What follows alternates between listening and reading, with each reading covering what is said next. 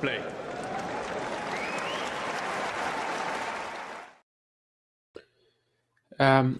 Long time no see. Jelena Ostapenko, Victoria Azarenka, one of the four women's quarterfinals in Brisbane today, also four men's quarterfinals, of course.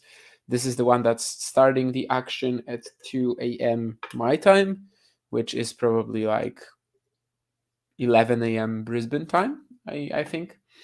But yeah, why this one? Well, it's kind of suitable for me in terms of the time zone. I'm gonna try to go to bed after this one, and then wake up for like Tiafoe, Shang, Rublev, Fils, Nadal, Thompson, and also on the challenger side there will be a ton of action around 8 a.m. Whereas right now maybe there's just one match coming really, Cape Verdealo at 3:30 a.m. And otherwise, it's actually a very interesting match as well. Of course, it's two Grand Slam champions playing against each other. I think especially Azarenka has this reputation for peaking in Australia. Last year, of course, she made the semifinals at the Australian Open, which was kind of like her only good results of the season. So she is a bit like Magdalinette in that way. In fact, I think Magdalinette maybe still... No, Azarenka is ranked like just a touch higher than Linette, so yeah, I mean, it kind of shows you that it was really like this, because about Linette, we've been talking about it many times, that after the Australian Open, she didn't push on, and well, the same for Vika really. So they will be facing a bit of a slope in the rankings now, potentially, if they cannot produce. Although, as we know, Azarenka has very often been dangerous in Australia, mostly in Melbourne, but also in the other events. I think she's made a Brisbane final before as well. So, in fact, I also believe that was against Serena. Let me check if she also won the event at some point. Hello, Nurlan. Hi, Terry.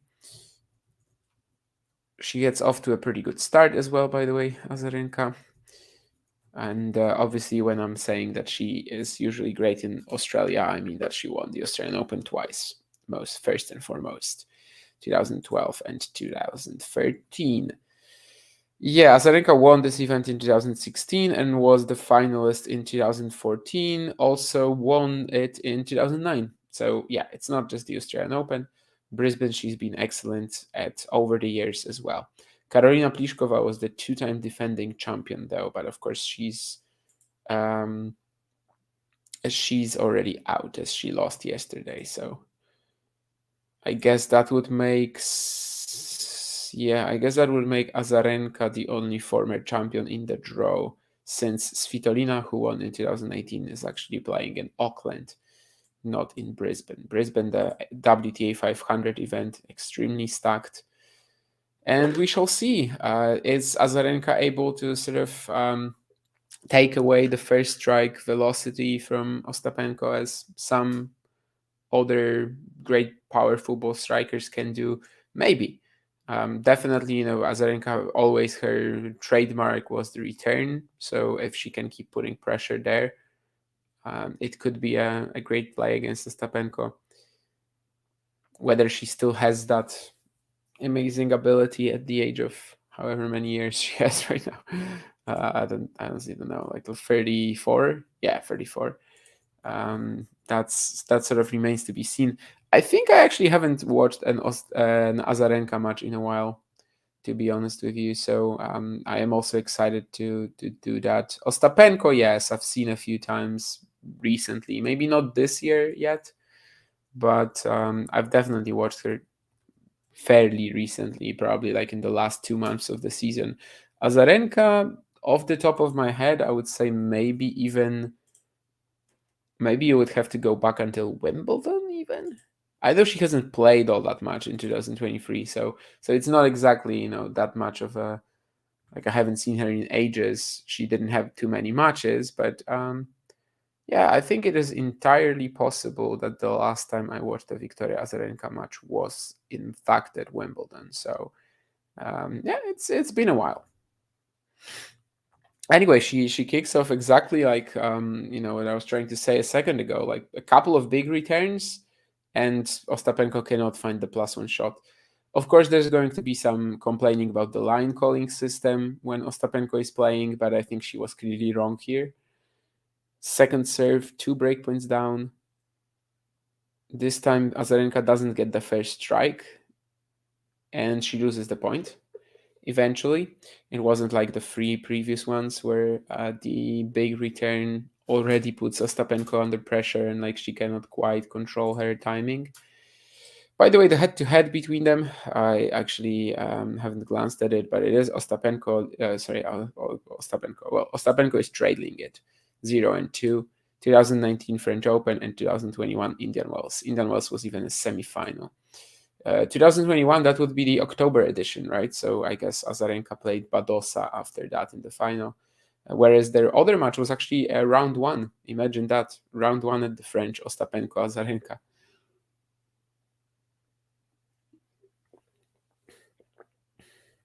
Ooh. Yeah. Not the coverage here with the forehand corner from Vika wasn't great, honestly. I know this is a huge shot from Ostapenko, but yeah, she didn't even make an attempt to track it down. So anyway, 2 breakpoints have been saved, and now we get another one of these points where like Azarenka is just so early with the strike of the return, and Ostapenko cannot quite just blast the ball bigger than whatever is coming at her, and yeah, it just falls wide. So one more breakpoint incoming. Oh, and another huge return. She gets in control of the point and she clinches it in great fashion as well. Had this sort of short, uncomfortable ball, but waited out Ostapenko very well. So this is a great start from Azarenka, and honestly, the matchup also seems really good for her. I never really took enough, attention. Like I never really paid attention to this rivalry, I guess, since well they only had 2 matches. But now that I think of it, like yeah, Vika's return ability, like that could be really huge against someone like Ostapenko who just wants to get the first strike in whatever happens really, and especially if Azarenka would be able to serve pretty well. Yeah, that these are the sort of things like the serve return game, especially. I feel like that's something that could lead to an Azarenka victory here. But well, so far, of course, it's just a couple of games, and as I said, besides the Australian Open last year, she actually wasn't playing all that well. So maybe you should hold our horses. So far, Azarenka has defeated Anna Kalinskaya and Klara Burel. So, solid wins, but definitely the quality of the competition rises a little bit. Kalinskaya was in great form in ITFs at the end of 2023. So actually, she was even like basically the same in terms of the odds, basically even in terms of the odds with Azarenka. And with Klara Burel, of course, she was already a pretty hefty favorite. And Ostapenko played Kamila Giorgi and the aforementioned Karolina Pliskova, who was the 2-time defending champion. So Ostapenko definitely involved in a couple of big hitting clashes so far, both against Pliskova and against Giorgi.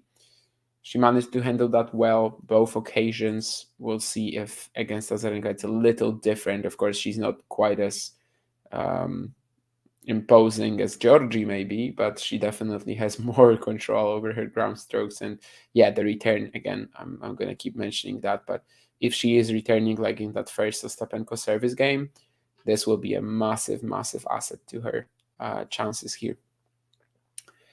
And she's also very close to securing that free love lead, 40 love on serve.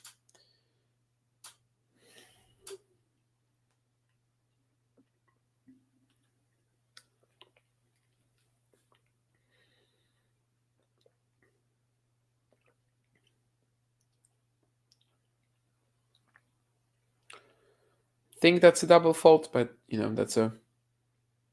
Or actually, no, it's a let. Oh, never mind. I didn't really see where the serve went, and yeah. But anyway, it's a let, so it's just the second serve still.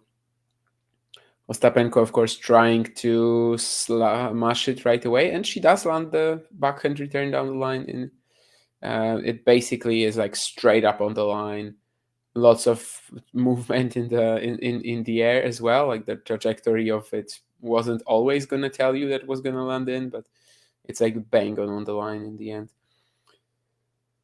1540. I don't know if it's gonna matter, but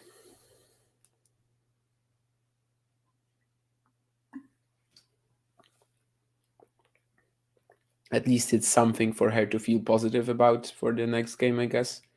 Especially as the next return is going to be out. I don't know if she's frustrated with the call or with herself, but certainly it's a perfect start for Azarenka. Couldn't really have done anything else, anything better so far.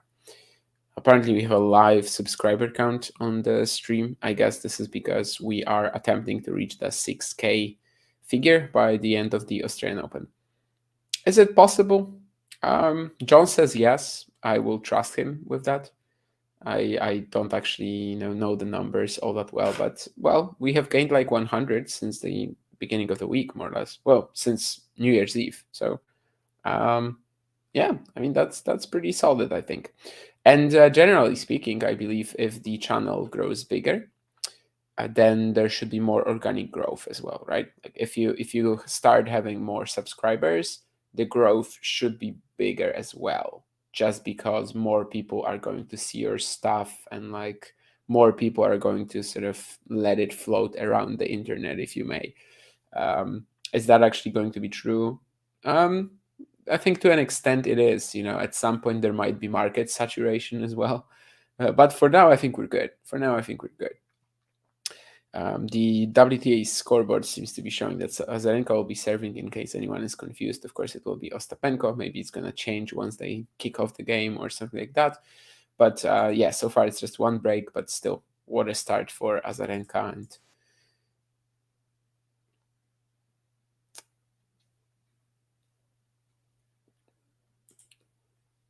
And let's see if Ostapenko can respond. But, let's be honest, that first break was mostly about Vika's return quality, not Ostapenko. Well, it was a bit on Ostapenko because she was just, deep return going at her and she's just trying to hit through it anyway. But that's Jelena Ostapenko. I mean, that's what we love her for, hate her for as well sometimes.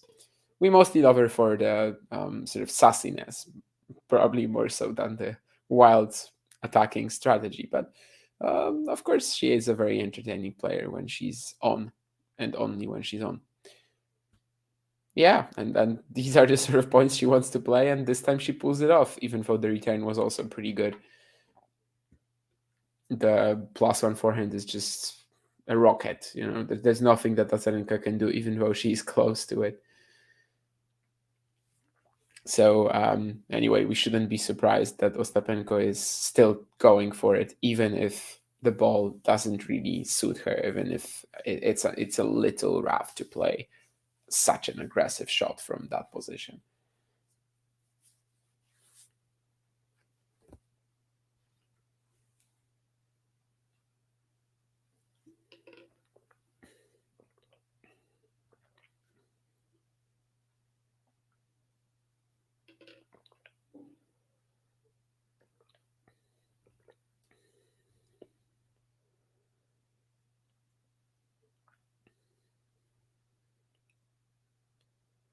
Yeah, and then again, we are seeing a lot of issues right now for Ostapenko, mostly with the quality of her serving. When the first serve is in, it's like 150, 160 kilometers an hour, maybe tops, and Azarenka just eats it up for breakfast. Whereas on the second serve, she's usually already, well, I want to say on the defense, but it's Ostapenko. She's never really going to be on the defense. That's a better first serve, though. That the angle was good, the placement was great, and then 160 can absolutely work. It cannot work like in the first point of this game, or maybe the second point of this game, which, yeah, it was like a 150 down the middle with nothing on it. But yeah, when oh, okay, that's good as well. Yeah, now she's finding the first serves. Now she's finding good angles on it. Down the tee. Again, +1 forehand winner. Actually, pretty high margin as well for Ostapenko. That forehand, I mean.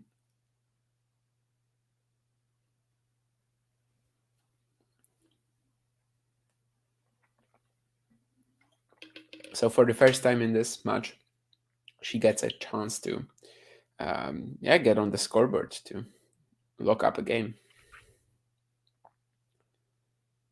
And she does. Seems like that first serve percentage, once it started landing in, definitely it increased her chances of winning the game instantaneously and instantaneously. Jesus. Oh, sorry. It's 2 a.m. What am I talking about? I wanted to say two things at the same time. It sometimes happens, right? That you wanna combine the words, and then you say two words at the same time, and it doesn't really work. I remember this very embarrassing experience, which I might actually tell you about now, because why not? I think it was in Košice, maybe in Slovakia, or it could have been. Yeah, I think it was Košice in Slovakia, and I went with a friend of mine. We were, I think, having this sort of a Euro trip. Euro trip. It's a stretch, but it was a trip around some nice places in Europe. I think Budapest was the final destination, let's call it. And basically, we were in Košice, and one of my friends stayed at the hotel, whereas me and one more guy went to the shop to try to buy some alcohol, obviously. And yeah, so we entered that shop. It was actually like 6 p.m. and they everything was closed. I don't remember what day it was. So we find this one small shop, and the guy, when we started talking to him in English, he asks us where we were from, and I said we're from Polish. Like I literally wanted to say we're Polish and we're from Poland at the same time, and I combined that to into we're from Polish. So yeah, my friend did laugh at me quite a lot after that, and I wouldn't go as far as to say that this was the most embarrassing experience of my life, but it also wasn't that far from the top, especially as yeah, making errors is especially when it comes to English is a little rough on me a lot of the time. That's a better point from Ostapenko now. Now she's finding the first strike on return. And again, we can see that Vika's movement is like to her forehand corner. She barely covers the ball. I don't know if that's actually an injury or like something that's like is that what her game looks like right now? Is that what her movement looks like right now? I don't actually know. As I said, I haven't really watched her since Wimbledon, I think so. I don't think that was the case in Australia last year when she had that amazing run. Was that the case at Wimbledon? I don't think so either. I mean, she had this fourth round thriller with Svitolina, right?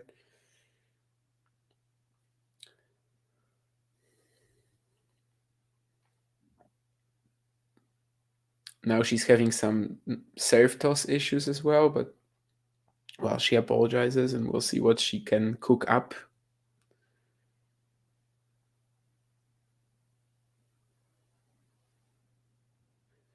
Yeah, her movement on the defense definitely isn't too great at the moment. I don't really think it's like a sign of injury. I guess it's just how it is in her game at the moment. And once it's Ostapenko who's like dictating the point right away, there's no recovery. So I guess this is what we're going to see from both players. It seems like the ability to actually survive an onslaught of aggressive shots will not really be there for either player. Azarenka is of course fine taking on pace when she's yeah, like when she has it comfortable for her with the movement, she's like in a good position already, or only has to make a few steps. But whenever she has been so stretched so far, pulled wide, it's been rough. She saves the first breakpoint though. Ostapenko trying to pull the trigger on the backhand down the line, but she nets it. The facial expressions from her obviously just comedy gold.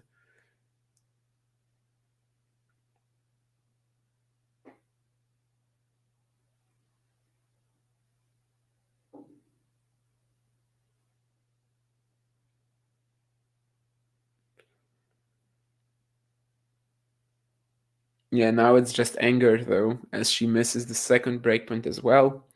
One more step forward would have been clean contact probably, but the lack of depth on the Azarenka forehand here actually worked in her favor.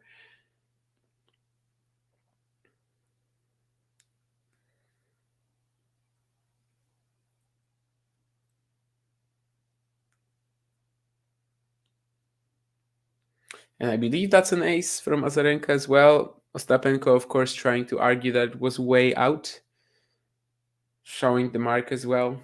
This is a story that never ends. Her constant battles with the line calling system.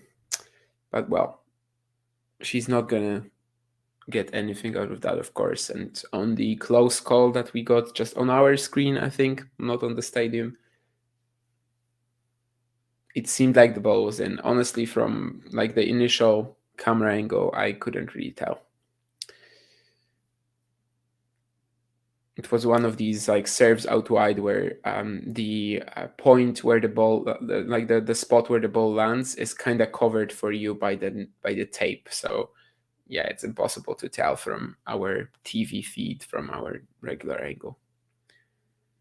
And an ace was hit, so a double fault must be committed a second earlier. What goes around comes around. The balance of karma has to be neutral.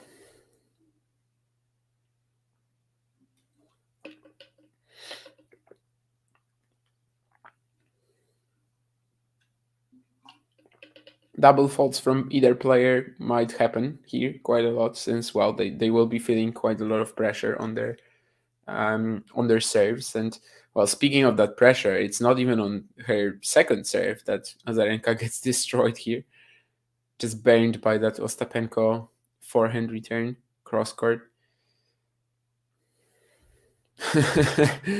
Even the reaction of Azarenka's coach was pretty funny. He was like, that's, yeah, you cannot get that. And another forehand return winner from Ostapenko gives her the game. So this will be a bunch of pretty crazy returning. And I guess whoever has that, just better accuracy on it, better rhythm on it, maybe who also lands more first serves. But as we saw right now, I mean, Azarenka lands a couple of first serves and it doesn't matter. It's still a return winner from Ostapenko both times, and to both, different directions, different serve directions, different return directions as well. So what can you really do here? Oh my god, a lot of comments. Do you see anybody stopping Rybakina and Sabalenka at the Australian Open from reaching another final? I think Świątek is the main favorite right now. Maybe I will take a bit of a rain check on that if we see that the Australian Open courts are playing just as they were last year. But given that we have Rybakina and Sabalenka now at Sabalenka, of course, that was the case last year as well. But like Rybakina is at a seeded position now, at a higher seeded position than last year. So she's not going to play Świątek until the semis, which is great for Iga because she might as well lose until the semis. I think Świątek is the main favorite right now. If she was to win Melbourne, I have that prediction that she probably won't even drop the number one ranking in 2024, because that would be massive for her to have 2,000 points from probably her, well, not her weakest slam, but Wimbledon would be, of course, her weakest slam, but I guess a slam where she's not exactly expected to be winning titles left and right. But yeah, she is on absolute fire right now. I also don't think Sabalenka is that consistent, anymore. Although, of course, her slam results would suggest otherwise. Maybe I'm just overplaying that best of three format, right? But sometimes I just don't believe that the favorites on the WTA side of slams will be that strong because, well, it's best of three. Anything can happen. So.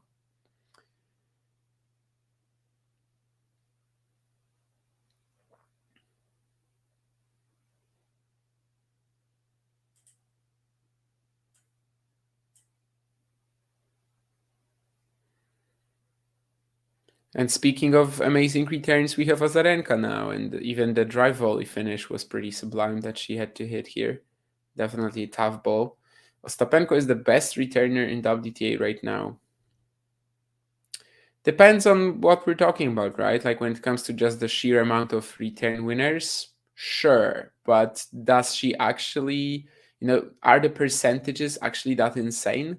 I doubt it, So I think among all the amazing bullet returns that we see from her, there's also a ton of misses, and sometimes misses that another player would just sort of play a more percentage, more efficient return on, and also get the point. So there are a few ways to look at it, definitely. I think actually Ostapenko is a very poor returner if she lands in someone like, I don't know, someone with a lot of raw power on her first serve. I've seen her just be completely stumped by someone like, who's a good example? Kim Van Zheng, even. Like, if Kim Van Zheng has a good serving day, I remember Ostapenko just blindly guessing wherever Kim Van was going to go on her first serve. Of course, second serve is a different story. Like, if Coco Gauff had a very high percentage of first serves in on the day, that could also lead to a beatdown. But of course, there are also instances where, Coco is not going to land that first serve in, and then Ostapenko has a shot. But if you remember actually what Ostapenko did in her last match against Gauff at the US Open, yeah, one of these performances that, of course, kind of go with her playstyle, but then they also stop her from winning more big titles, I suppose. But anyway, yeah, I don't know if I would call her the best returner on the WTA.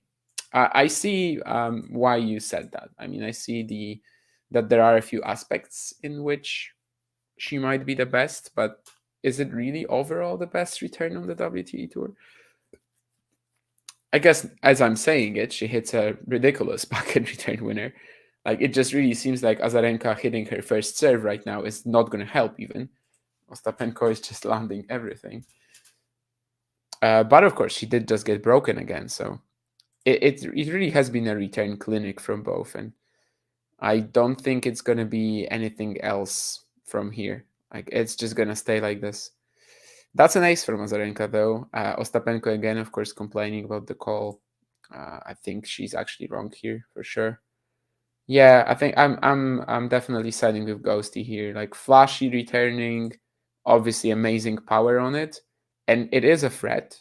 Absolutely, it is a threat. But best, I think I would probably go for like a more composed.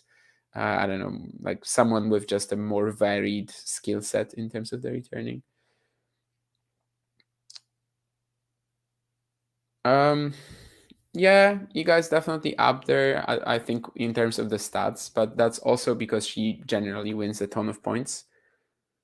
So I think some of that can also be misleading, but she's there for sure. I don't know again what to do with someone like Garcia, because you then have a similar case, I guess, as with Ostapenko, right? Just out of curiosity, I'm gonna check who has the highest return stats. Like, honestly, I think it still could be Azarenka. It definitely was a few years ago. But again, maybe we run into this problem that, well, she hasn't been playing all that much. She hasn't been winning all that much. And but yeah, anyway, when it comes to return points won, it's actually Lesia Tsurenko who's leading the WTA top 50, which I remember this being a statistical quirk. Then you've got Świątek second, Kasatkina, Vondroushova, Pegula. But yeah, again, return points won don't exactly mean quality of the return, I think. At least not always.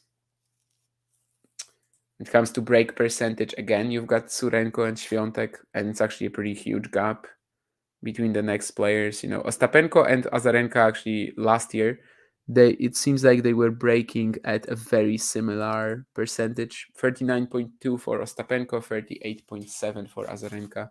I would assume that when she was finishing number one, that would be much higher for Azarenka. But yeah, it kind of shows you that even though they have very different return strategies, in the end, it kind of all lands in the same sort of spot. Basically, the only players who have amazing return stats compared to most of the tour are Świątek and Tsurenko. Um, Tsurenko, I honestly cannot really understand it, but at the same time, she's gonna have very low serve stats, right? So yeah, it's not that clean for her anyway, I suppose. And well, Świątek actually still led the tour in, well, the top 50 at least in service points won. But again, she also wins a ton of baseline rallies. So it's not exactly like this. But yeah, Tsurenko was actually the worst in terms of service points won and the best in terms of return points won across the past 52 weeks. And I'm talking about the WTA top 50. So that's really interesting. I don't know if we actually learned anything. The sort of the boring answer to this question is Świątek for sure. But is that actually the right question? I don't know. It's hard for me to estimate how much of her percentage of breaking and winning points on return is actually also based on her simply winning more points off the ground than anyone else, and how much is actually based on her serve return game. I think it's pretty clear that on serve, she's not the best server on the WTA tour, and despite that, she's winning the most points on serve.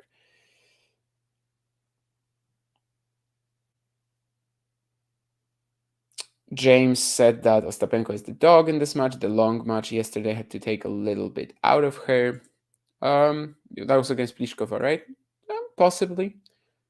Although honestly, I know a lot of people are always saying that Ostapenko's fitness could improve, but you never really see her struggle. And also that long match against Pliskova was 2 hours and 19 minutes.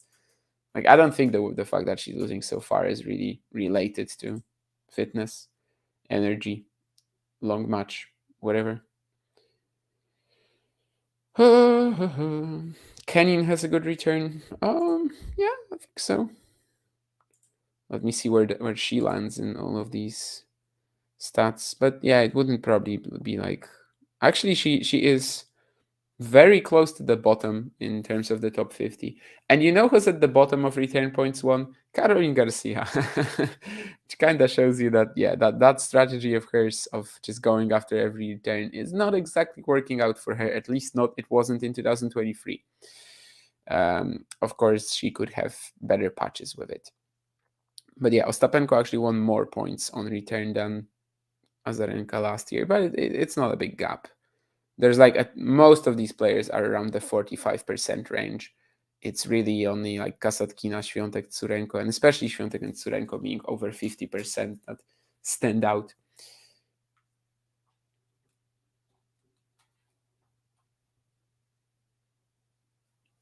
But anyway, 5-2 Azarenka, Ostapenko trying to extend this set. As I said, so far, an absolute return clinic, I would say, from both. Whoever gets the first strike in the rally usually wins it, which also helps. This time, actually, it's going to be Azarenka, but that's because of like a wild defensive shot that she found here. It barely got over the net. But in general, this isn't the point that she will be winning most of the time. Seemed like that backhand cross for Ostapenko would secure her the rally.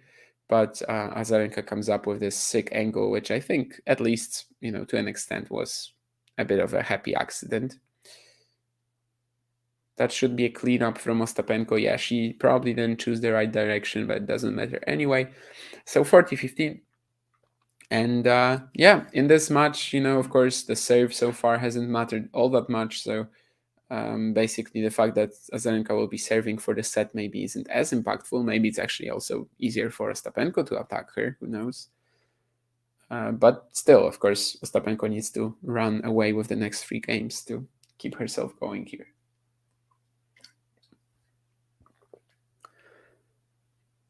This time the timing is off on the Azarenka return. Actually, a pretty decent second serve from Ostapenko given the few previous ones that she had. This one was deep, this one was faster.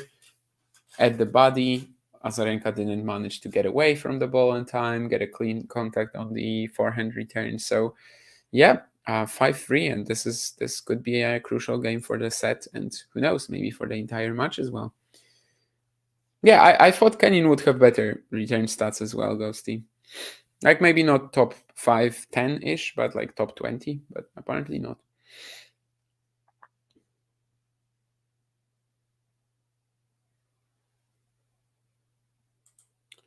Svitolina became Ghosty's dark horse for the Australian Open. Yeah, that's gonna be interesting. I mean, definitely the version of her game that we see right now is just so different to the one that was in her peak. I actually believe that if you combined, her peak and the defensive ability that she had back then with the aggression that she has right now, you'll probably make a Grand Slam winner. But, well, it's possible that she has missed out on that opportunity, despite a few deep runs at the major stages. But yeah, dark horse contender for the Australian Open. Why not? Let's see how she goes against Buskova today as well. Although she's usually pretty good against like fellow counterpunchers. Amazing record against Kasatkina. Amazing record against Wozniacki, which of course she also added to this event. I wonder if that actually still holds up now that she's not really a defense-oriented player anymore, at least in some matches. Against Raducanu, she was probably the one dictating more and crushing a lot of forehands. So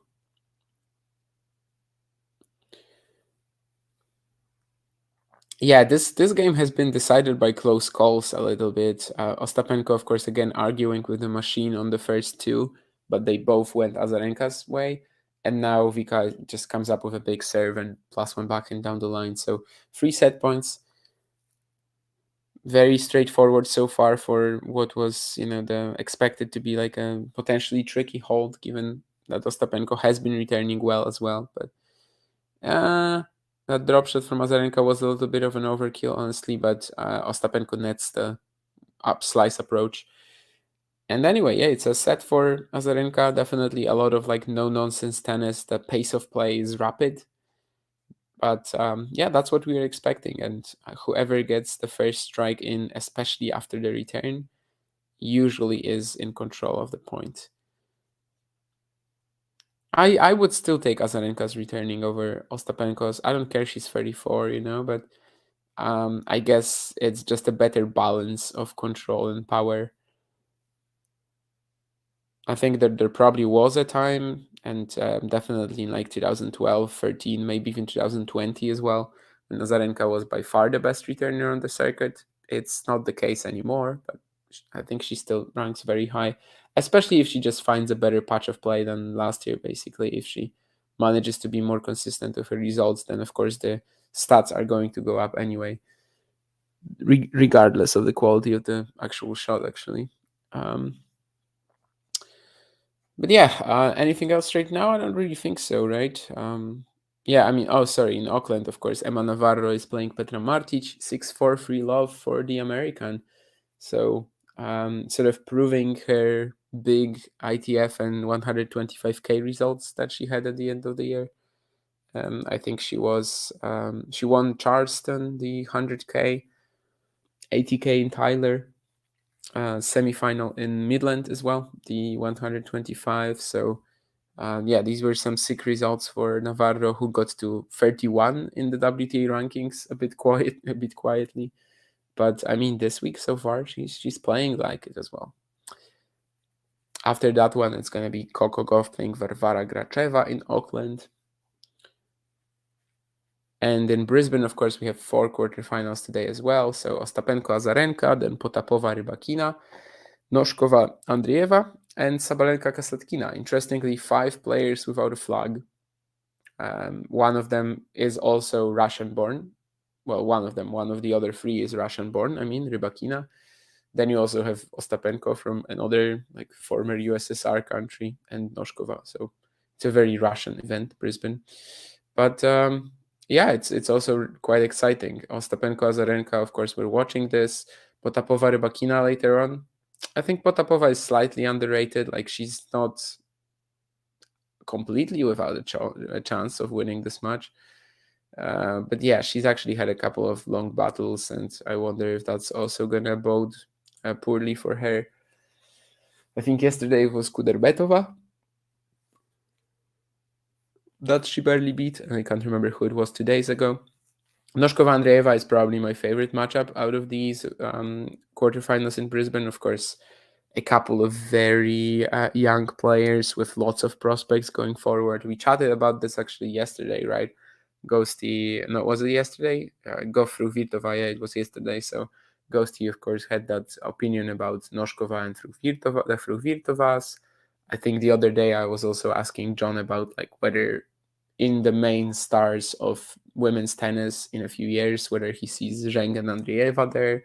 So Andreeva and Noskova we've been talking about quite a lot, and I'm really excited to catch up with the result, I guess, of that one, because it's like a horrible time slot for me.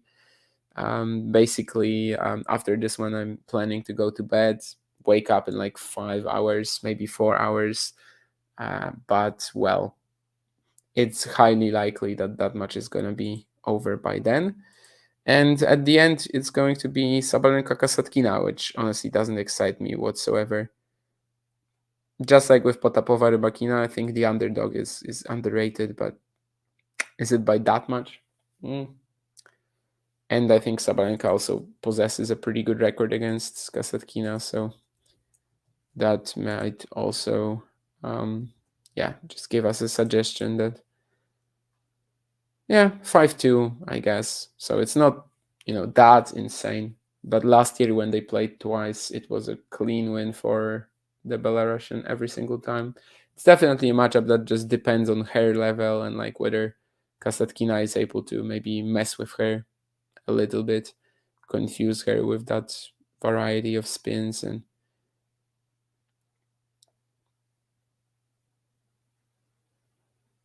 sometimes she's able to compete, but there are also a ton of beatdowns between them. Now Azarenka defending a little better. The movement still looks clunky, but she actually got like 5 or 6 good shots from Ostapenko back, and she gets the reward as well with getting to 30 all in this game. What are Coco's return stats? Let me see. 45% return points won. Pretty high as well on the break percentage. But I guess it's a big gap if you think of someone like Świątek breaking 50% of the time, whereas Goff is at 40. So, but she's kind of up there. What a point from Azarenka here! That's a pretty sensational lob to get it to get a break point here in the opening game of the second set. Really good disguise on it as well. On the replay, you could see it clearly that up until a very late moment in the production of the stroke, it just seems like she's gonna hit a regular backhand pass, and she actually lobs with this super soft touch. Lovely, and she gets a breakpoint right away. Is obviously gonna go after the return. She has Ostapenko on the stretch, but doesn't take advantage. Had the open line with the forehand, but nets it. There was something else from Ghosty. I have a theory: shorter players generally make better returners because they're closer to the ground, can take it on the ice and zip it over the server. Has finished. I think tall players can also go forward into the court and hit the return early. I don't think the difference is that huge, honestly, between someone being taller and someone being smaller. I don't think this impacts it all that much. It's more about the positioning of yourself on the court, really, rather than your height, I think. Although something else that makes shorter players better returners is that they suck at serving. And basically, if someone is, let's say, in the top 50 and he's small, then usually he's not going to be a great server, right? So he needs to cover up for that with the returning. And most of the players who aren't able to do that, we're never going to see on the tour, really. So we don't compare their stats, But anyway, Ostapenko actually holds the 40 all point. Finally, a close call goes her way. Backhand down the line just clips it. And then she actually comes up with this pretty cool drop shot. So, absolutely good stuff. And first set stats on my screen at the moment. More the higher percentage on first serve for Azarenka, which, as we said earlier, that could be one of the things that decide the tie. Also, of course, Ostapenko at 10 winners, 11 unforced errors. Azarenka at a much, Ostapenko's stat is pretty healthy, but Azarenka is at a much better 8-3. I think over the course of this week in Brisbane, we've seen that contrary to what usually the WTA stats trackers, statisticians, whoever data scouts do, Actually, now they sort of put in less unforced errors than they used to, or maybe it's just a different group. Maybe it's different people, but yeah, Azarenka with just 3 unforced errors. It's possible, and certainly, of course, she's the one who's like more responding to Ostapenko's pace here, and most of these aggressive returns aren't going to be unforced anyway. So yeah, it's not that easy for her, I guess, to make an unforced error in this match. Although she has definitely done that already in the first game of the second set. That breakpoint forehand down the line, that was unforced. That's not enforced from Ostapenko, though. Like that, she builds up for herself and hits a ridiculous backhand inside out winner, just barely on the line. But that's the sort of margins that she's going for. Do you think the only weakness of Raducanu is her cringiness? If she can cool herself up, maybe the result can get better. I'm not sure what you mean by cringiness. I mean, I know the word cringe, of course, but yeah, like when she's acting, when she's on the court, is she really acting in a way that would be sort of unthinkable for any other top players? I don't know. I mean, her main weakness for now has been her body. I think that's probably the best possible answer. Whether there are also some things mentally that she could work on, that I think is a discussion for sure. Personally, I think we probably don't fully know what's going on in her head. But yeah, the whole sort of changing your team every 2 months, literally, and making, I guess, some controversial decisions along the way in terms of how she's promoted and etc. But as I said a couple of days ago, I think also on one of these streams, it's also hard for me to criticize that, because you win a title like this, the US Open, of course, you're not going to be turning down like offers and sponsorships. And also, suddenly there are a lot of people around you who want to feed off that success of yours as well.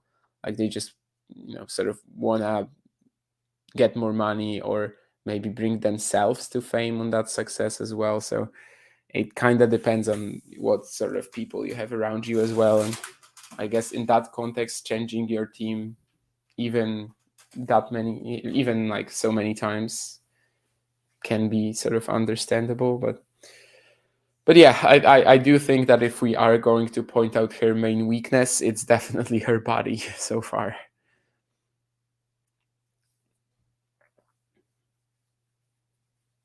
Yeah, it's a tough match for Azarenka to be playing so far, even though she's leading, because sometimes you just have no idea what's going to happen. You literally serve a pretty decent first serve at Ostapenko, and you just get a rocket before you even are back on the ground, as Ghosty said earlier, or like, yeah, before you are settled and able to run into either direction. The ball is already, it has already flown past you. And yeah, it seems to be fairly random as well. Like sometimes I know it depends on the placement, of course, of the serve, on the pace of it as well. But yeah, it just seems like sometimes Azarenka is certain that she hit a wonderful first serve, and Ostapenko just smashes it, into oblivion. But anyway, she holds eventually. That last serve did indeed give her a big advantage in the rally, and she is quick to capitalize on it. Buskova versus Andreeva. Do we have a match like this? Buskova Svitolina is the match. Noshkova Andreeva is that other clash. Noshkova Andreeva will definitely not be a push fest. Buskova Svitolina, yes, very much it could be. Unless Elina plays like against Raducanu, right? Unless she's like going for her forehand constantly and hitting all of these great counters on the rise as well. Azarenka's pregnancy really messed up her pro tennis progress. I mean, yeah, absolutely. I think she was like in a fantastic moment when she announced that she has to go away because of the pregnancy, right? That was right after she won the Sunshine Double, I think, in 2016. So, yeah, basically when she had the baby, or at least was pregnant for the first time, she had like one of the best patches of her career. So I do think that in a way it has brought her plenty of issues, and as you said, also the legal case and etc. But well, after all, she has a kid that she loves, so maybe it's all worth it.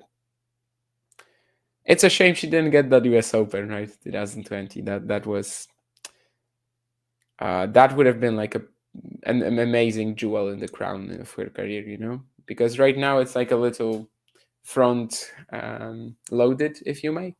2012, 2013, of course, amazing. The Australian Open titles, the finals against Serena at the US in Cincinnati, world number one.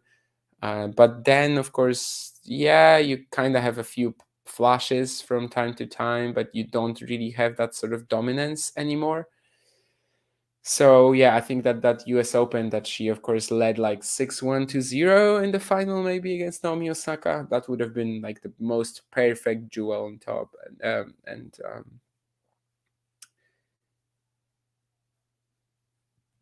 And yeah, it's a shame for her that she didn't get it. Although of course it was also a pretty fabulous performance from Osaka to get back from that position and go on to dominate the rest of the match.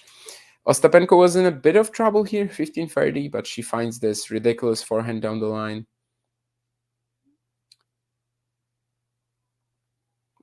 Just such precise timing required, especially of how early she took it, but it works out. And she is now actually on a game point to get it to 2-1, and it's an ace. Great angle. So, yeah, still on serve in the second set. The returns have cooled off a little bit, or maybe they're just serving a bit better, you know? Noskova against Andreeva is a push fest? That's surprising to me. Again, because well, Noskova is certainly not a pusher, and I guess you could argue that Andreeva at this stage of her career is kind of like a little consistent and has sound, really smooth strokes, but maybe she's not like blowing people off the court. But Noskova, really? Ghosty is logging off. Although I do get his sentiment about Samsonova, and but yeah, still she made 3 big finals last year, so that's why people back this woman, yeah, and probably will like break at like the top 10 at some point in her career. I think that's an avenue that's very open to her, I think. Although, of course, with a player like this, it's pretty hard to dominate the tour. Great lob, Terry, yes. And Jane also talking about Rublev fees. Yeah, and then she loves how blunt I am. Thankfully, I said so many things that could be considered blunt in the past 10, 15 minutes. So I don't even know what you're referring to, but thank you, I suppose. Whereas Rublev fees, yeah, I mean, Arthur should have a shot, right? Rublev was like very mediocre today. Um, I think I would love to see some like long-term progress from Fizz this season. He's defending quite a lot of points in the first half of the year. Probably the main thing for him to do is to find a deep run at one of the slams. But yeah, just I don't even want to say he has to win against Rublev, but just being competitive would be great. Being competitive would definitely signify some progress, even though his top 10 record is actually pretty exceptional, but it is just 4 matches. So, and he's 2-2. So, like, the sample size is really small. I think it is 2-2, right? Because he lost to Rune, he lost to Medvedev. Yeah, and he beat Ruud and Tsitsipas. So, yeah, it is 2-all in terms of his head to head record against the top 10. He's gonna get a 5th shot tomorrow, or actually in like 8 hours from here, which might not even be tomorrow for a lot of you. But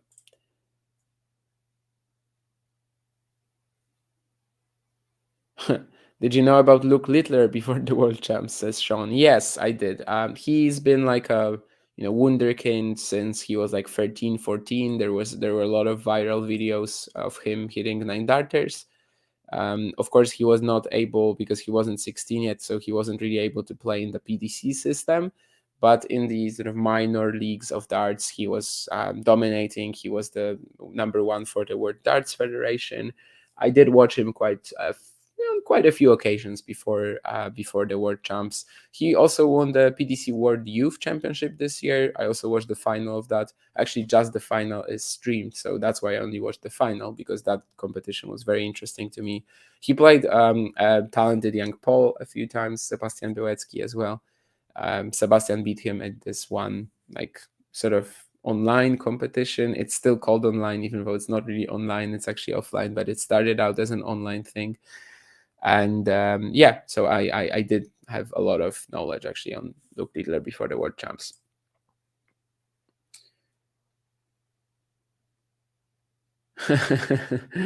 Yeah, that's pretty funny. About the Nurlan comments, that whenever he says something, I express my surprise. Nurlan has some bold calls, and I guess that's why we enjoy him as well, right? That's why he's the master of this chat. There's always something to talk about. There's always Iga is not going to win the next event, or Iga is going to lose in the next match. Buskova is definitely a player that Nurlan is very fond of, and he always tells us to talk about her. But it's all in good sort of tone, and yeah. But in a way, I'm not surprised that these are the comments where I do express some sort of surprise a lot of the time. Yeah, your boy was up against my boy, but John you didn't watch it. You fell asleep. How can you fall asleep on a Liam Brody match, especially when he's playing Andrei Rublev?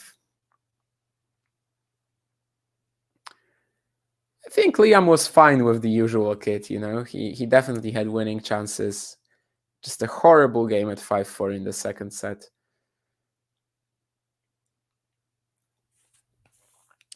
But contrary to what I thought before the match, he actually didn't need that towel or anything unique to confuse Rublev. He was actually just straight up, going toe-to-toe with him. What happened here? Okay, so it's like a forehand squash shot on the defense from Vika, and it barely clears the net and becomes the best drop shot I've ever seen. Like, of course, that's a stretch, but yeah, anyway, like Ostapenko was really close actually, and still didn't catch it, still didn't manage to go for it. And there's more of the line calling saga. Now I have to admit that Vika's movement on the defense is looking a little better, and she manages to get some of these shots back. This one, of course, a little lucky that it just clipped the baseline. Ostapenko doesn't believe it. She shows that it was like this out to her coach. But I think by the replay, it could have clipped. It definitely wasn't this out as Ostapenko is suggesting. But as I said, like, that's something that is going to happen in every match of hers. You either gotta start respecting it, or, well, respecting it maybe no, but you either gotta start accepting it, or you have to stop watching her matches. Yeah, I was just praising Vika's defensive movement, but clearly that one position she is really struggling at, like when Ostapenko is firing the forehand cross court and it doesn't really, like, it's super flat, it doesn't really bounce. Azarenka just doesn't even attempt to catch it, which is kind of interesting. But again, I don't really think it's like a sign of injury. Now she's getting a lot of balls back, but they weren't with interest. There was nothing that she could do here. So actually a pretty nice sort of composed point from Penko. Just sending Vika running all around the court and then finishing it off with the drive volley. So for a match where the pressure on return has been really important, this set has actually gone in a very different fashion than the opener, right? But we'll see if Ostapenko clinches the game. And she does, indeed. I don't know if this backhand needed to be on the line, but It's Jelena Ostapenko, so it was, and it was a pretty fabulous shot. So 3-2, still no breaks in the second set.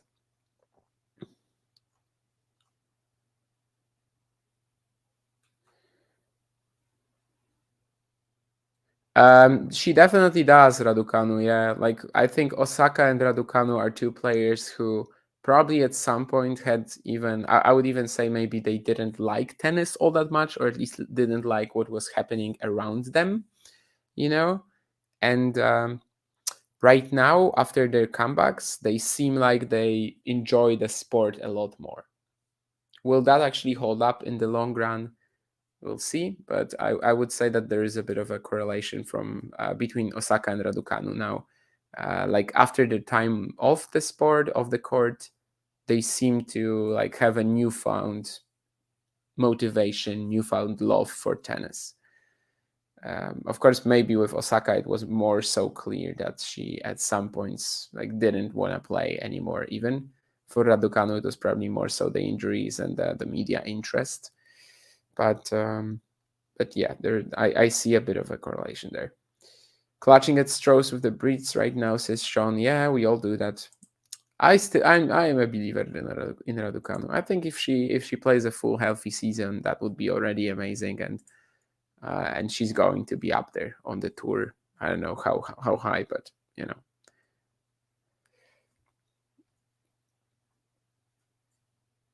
I guess on the women's side, there's not that much to be excited about when it comes to British tennis at the moment. Although in a few years, Hannah Klugman, right, she's getting some amazing results for 14 years of age. So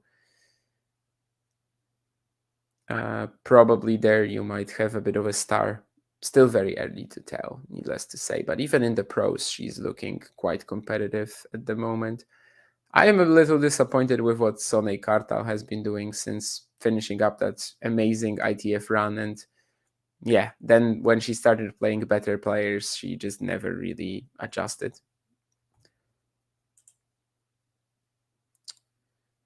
Liam Brody update. He's now boarding his flight to Oz.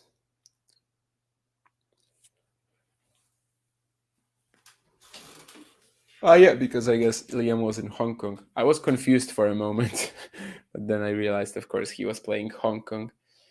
Now it's Azarenka's turn to disagree with the automated calling machine, calling machine. But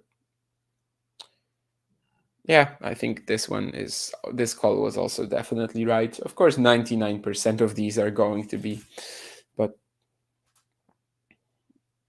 all I'm saying is that it was easy to see that the ball was out from our perspective. Emma Navarro, too much points up on Petra Martic in Auckland, so quite possibly the first quarterfinal will be finished there in a second. Now let's see if Ostapenko can threaten a break. Well, this ace definitely helps Azarenka. I think she's hit a few like these already. Basically, deep serve into the corner, out wide on the outside. Probably like her second or third ace, exactly in that position. Ooh, yeah, I think she's missed it as well. Yes, had a +1 forehand that she just mistimes it. The position was really good because of how the TV camera works. We actually couldn't see for a while that she mishit it, but then once it became clear, the shot suddenly, like the trajectory of the ball suddenly lost all of its pace and also direction in the process. And 15:30.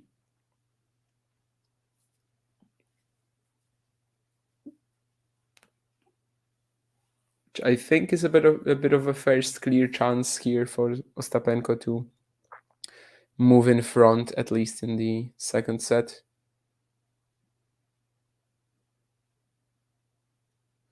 Yeah, and that's going to be 2 breakpoints for the Latvian. Azarenka did everything right in this point until the approach. The approach was just a little too, well, first of all, a little too loopy, but also the placement on it. You can see on the replay also that Ostapenko just makes like 2 steps and then has the ball exactly in the most comfortable position for her, which is actually pretty high, I think, on the backhand side. It's not really like waist high. Maybe on the forehand it is, but on the backhand she really likes it when it's a little higher. And she could just sort of blast it top to bottom. Anyway, 30-40 now as Azarenka hits another ace. So this is a pretty peculiar game given that she's won 2 points and both of them with aces. Will she find the third one too? Like that would be Pete Sampras level stuff. And actually, yes. And it's the same serve that I was talking about earlier. Out wide, outside. Yeah, 3 aces. 3 points she lost. It was all in rallies. And she also won 3 points with aces, and that's why we are at deuce. Suddenly, Victoria Azarenka is a serve bot. Which, if she was what, another ace? No, that's weird. Now, I mean, that's the 4th ace in this game, and actually, all of these have been out wide. Maybe you would say that Ostapenko should be going there a bit earlier by now.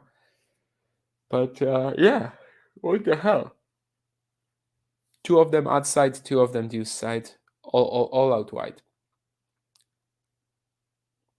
Not an ace this time, so she's probably gonna lose the game. I mean, lose the point if yeah, exactly. She cannot win a point without an ace right now, but thankfully thankfully for her, she does have aces in abundance.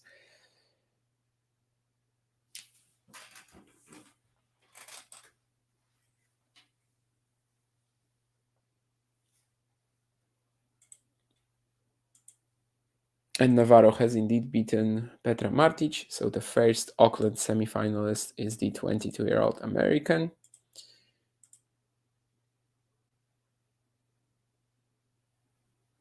Not an ace for Azarenka, so will she finally win a point? No. Still not winning any points when she's not hitting an ace in this game. And yeah, so far in this match, she's hit 8 aces, 4 of them in this very game. 4 of them in like the 11 points in this game.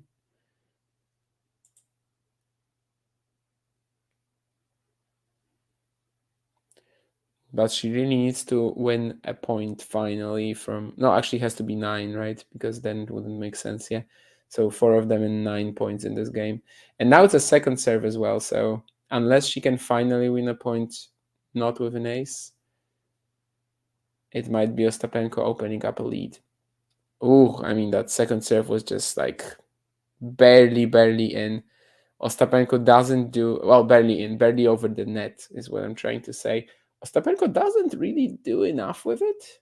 She plays like a regulation backhand cross at Azarenka. Vika takes that place very well, sends it right back from where it came from, and the attempt to redirect from Ostapenko is out. So deuce. And Azarenka has finally won a point that wasn't an ace in this game. Also can't find an ace on the next ball, and this is like proper Ostapenko tennis. Just a sick return 1-2 punch. Deep forehand return cross court, and then a winner in the same direction. Not much you can do about it.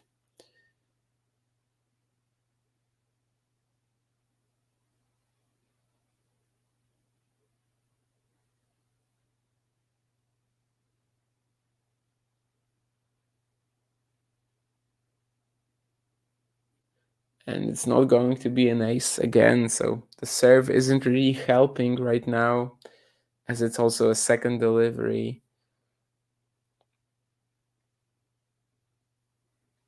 Ostapenko definitely feels that this is her chance. Down the line forehand, she has Vika slicing. Did she make it? She did, yes. Again, pretty perfect from Ostapenko now. Like from the first shot of the rally, she had the advantage. She played it actually pretty patiently for a while.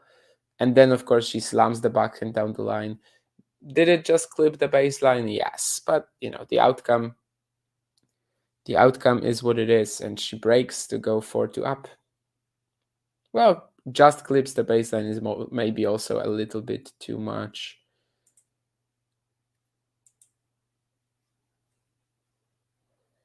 Katie Boulter's ceiling. Someone in the chat, like just 2 days ago or something, I think was saying that Katie Boulter was going to break the top 30 this year. I don't really buy that. I think we shouldn't put that much weight on her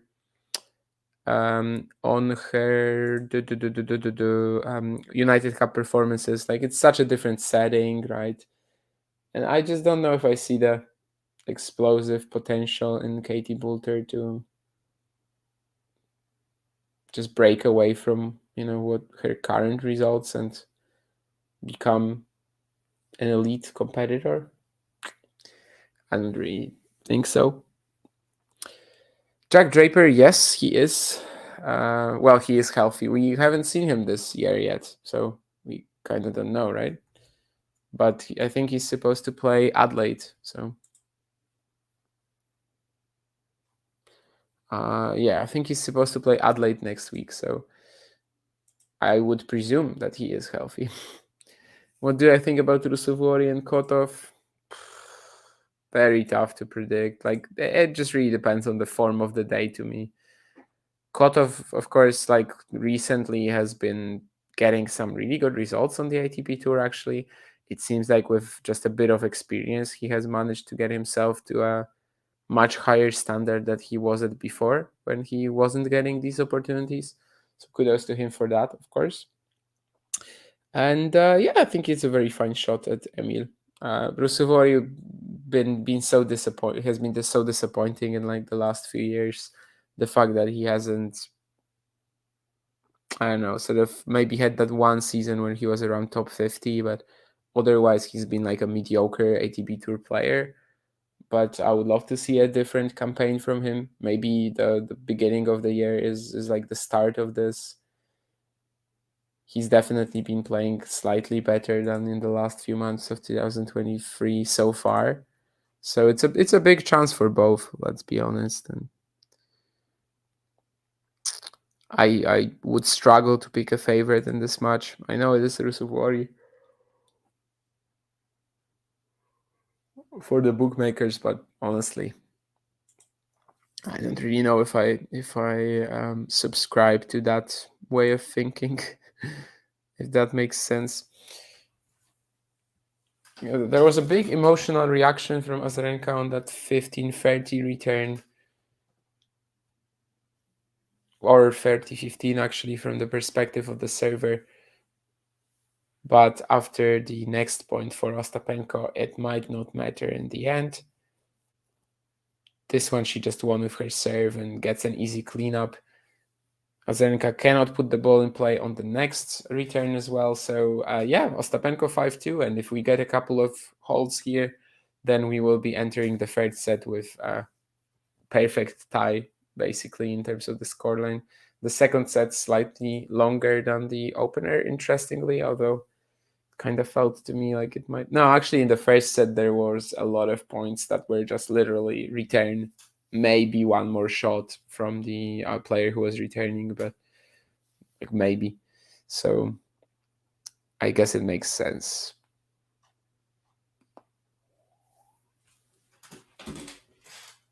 So as I said earlier, now Coco Gauff and Varvara Gracheva will be taking the court in Auckland. In Brisbane, we still haven't started the second slot of matches because I think there's some doubles going on here. And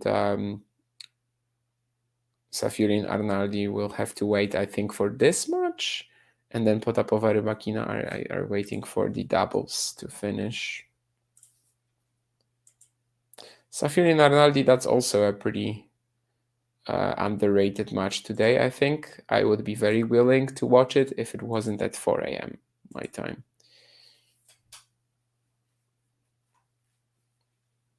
Yeah, Ostapenko. Oh, actually, no, it's the other way around. So Ostapenko, Azarenka, it's going to be Potapova, Rybakina right after that match. Whereas it's Safiullin Arnaldi who are waiting for the doubles on the second court. Well, that actually makes sense. I guess I didn't think it through.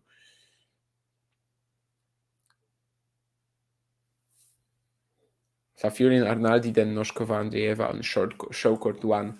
That's the court to be today, at least in the early session, I think. But of course, in the sort of night session, if they even call it like this in Brisbane, then you actually want to be on Patrafter Arena.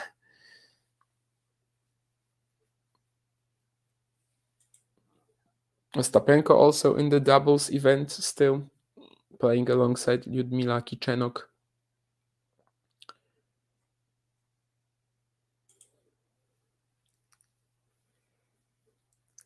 Anyway, 5-2 up, and Azarenka actually starts the game with another ace. So this is a pretty ace-heavy match for her already. 9 of them.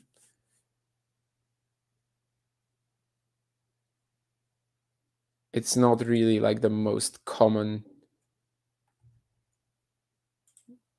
Like, it's not the shot that usually wins her the matches.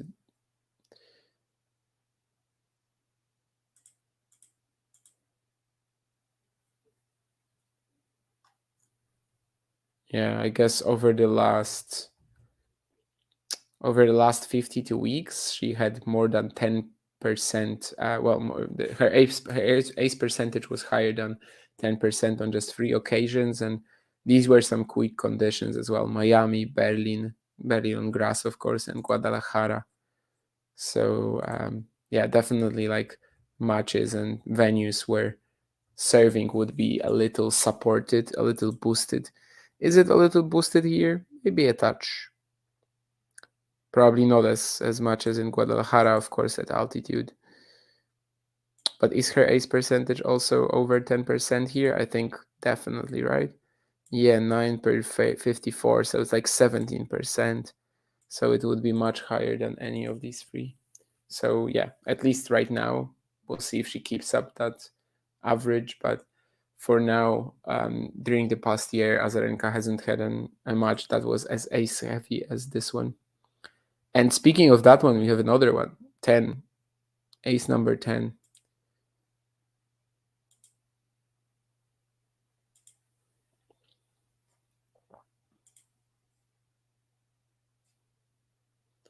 Even in her career, she's only had one match that was more ace heavy than this. Interestingly, 2008 Prague against Karolina Pliskova on clay. What a match! 2008 Azarenka Pliskova, 2 future number ones, and that's an 11th ace from Azarenka. What the hell is happening? I mean, she's already hit 3 in this game. At least I think it's 11. I don't know if the stats that no, actually they showed it on the screen earlier, so I know it because of course flashcore is like super unreliable, but they showed it on the screen earlier. And this is also a big serve that wins her the point. It's not an ace per se, but that's pretty wild how many aces she's been hitting. But anyway, Ostapenko to serve up the set, and this could follow a very similar pattern than as the previous set, although, of course, in the opener, there was a lot of breaks at the very beginning, and then only at the end it was like this. But yeah, anyway, 5-2, 5-3, and then it was, I think, a hold to love for Azarenka as well. So let's see what Ostapenko does with this.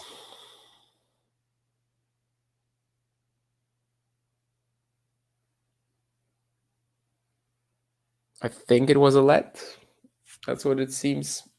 Personally, I didn't see it. I think Ostapenko had some issues with the call as well. But, well, as I said, that doesn't really tell us much at this stage. Yeah, that's a big mistake from Ostapenko here. Very random return from Azarenka. It drops so short, but basically she plays it right at her.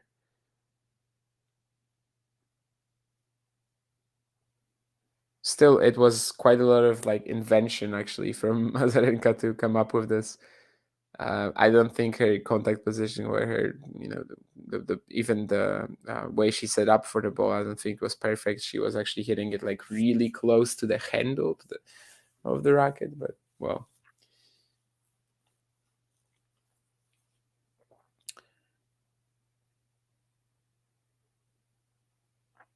the improvisation was spot on there. But now, is it Ostapenko's turn to hit aces? No, it's actually out. So 15 all, but still Vika has a second serve to look at.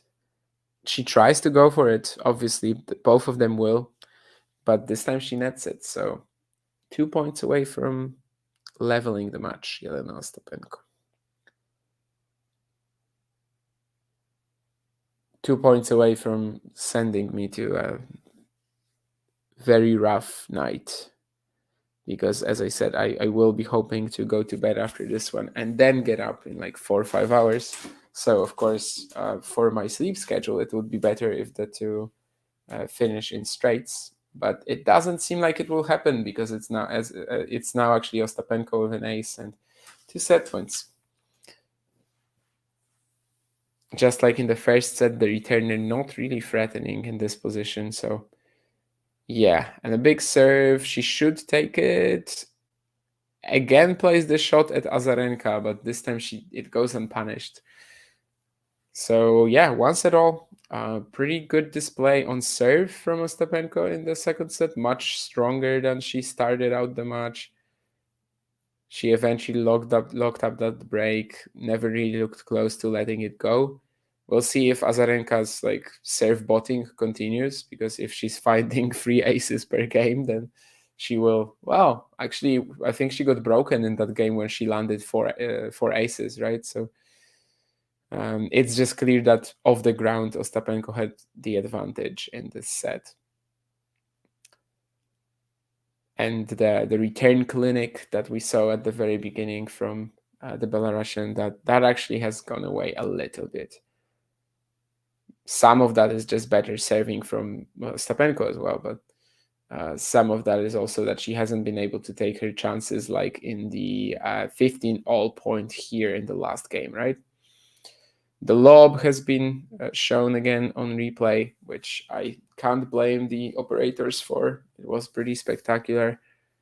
Also, a couple of huge returns from Ostapenko, or that backhand pass, which was really important as well. Yeah, that's the 1-2 punch on the return of the forehand side. Yeah, both cross. I remember that one as well.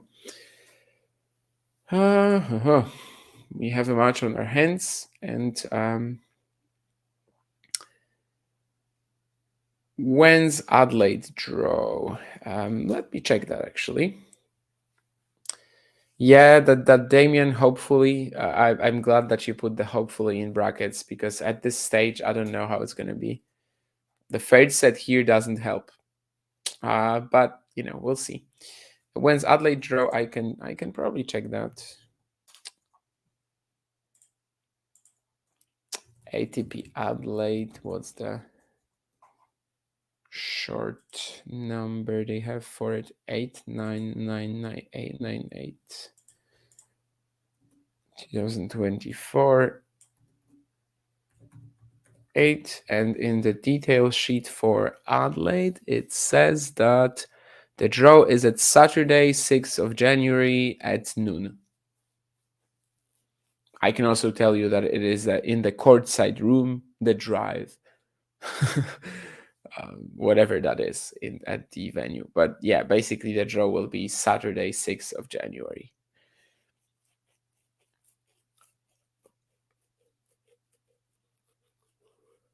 I guess 6th of January, noon, Adelaide time. No, I'm not even going to try. I think it's going to be in about 24 hours from here then, right? Like more or less. Time zones are horrible. I hate time zones. I mean, they're good because otherwise, there would be parts of the world when that would basically have to sleep during the day, or like, I don't know actually how they would adjust to it, how they would adapt. No, I mean, of course, they would still like to just live in a completely different cycle to the other side of the planet. It would be a big mess. But we don't have to deal with that. However, we have to deal with the counting and deal with the maths relating to time zones, which for some reason is the worst kind of maths. and I always have to think about it 10 times. Anyway, Victoria Azarenka kicking off the third set with, well, she won the first point, but the second point at least is a very tense drop shot. I wanted to say that she kicked off the set with it, but actually not. You can probably hear me yawning by now. Well, that's a feature of the late night talking tennis streams that we do for the US Open, for the Australian Open, sometimes for some other events as well. Of course, right now we are in the Australian summer, in the Australian swing, so there's a lot of matches that I'm watching barely alive.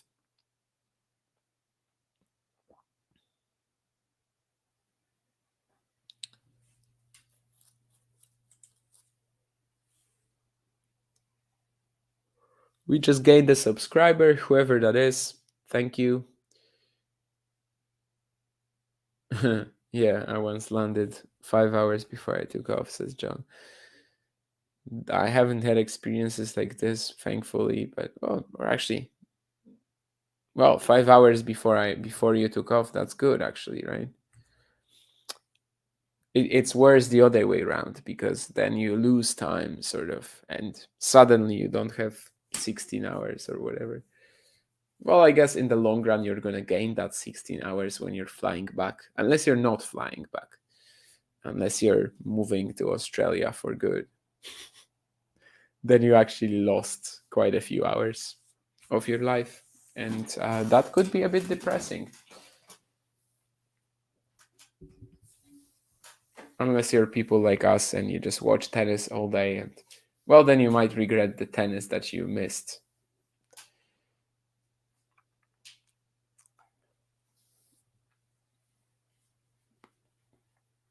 Yeah, okay, the stats on the WTA are now crazy for sure. Like the second set stats tell us that Ostapenko hit 17 winners to 3 unforced errors, and Azarenka had 18 winners to 4 unforced errors. Of course, in these 18 winners for Azarenka, there would be included 9 aces. So that explains how she might have more winners than Ostapenko, which otherwise wouldn't work. But yeah, I think the unforced errors are clearly crazy at this point. Yes, Sean, the subs have gone up quick for sure. The last 100 was gained since New Year's Eve, basically. So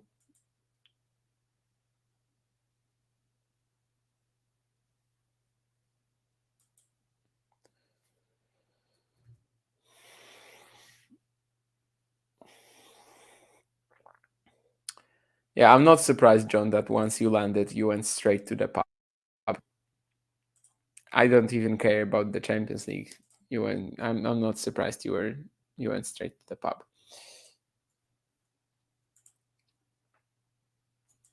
If you are so desperately asking out for likes, I'm also gonna enter the stream and give myself a like. Why not? At at the end of the you know, year or something, we're gonna count who got the most likes on their yeah, and then you're gonna hear me for a second. We're gonna count at the end of the year who got the most likes on our streams, and then the worst people are going to be let go. So I have to keep up. I have to keep liking my own streams. Well, I did give our I mean, I did basically grant us free subscribers from my accounts, so I think maybe that can also be a bit of merit to myself at the year-end review that John will surely host in this project. Anyway, yeah, I'm starting to talk about absolutely everything now, which again kind of just tells you that it's getting late. But Ostapenko, Azarenka, it's a fast-paced match, so at least I have that, right? At least it's not going to be 4 hours. Did she really find this? No, no way. No, okay, it's all right. Because if you told me that that ball was in, then I would have just gone to sleep already. Because there would be no point in watching. That one is in though. That's a great down the middle return from Azarenka. again, like it's, the margin is really low. It basically just clips the baseline, but there's no way you move away in time. By the time Ostapenko was finished with her full service motion, like the extended version of it with the movement as well, the return was already there. Ooh, that was narrow as well. But Ostapenko finds the +1 forehand down the line winner.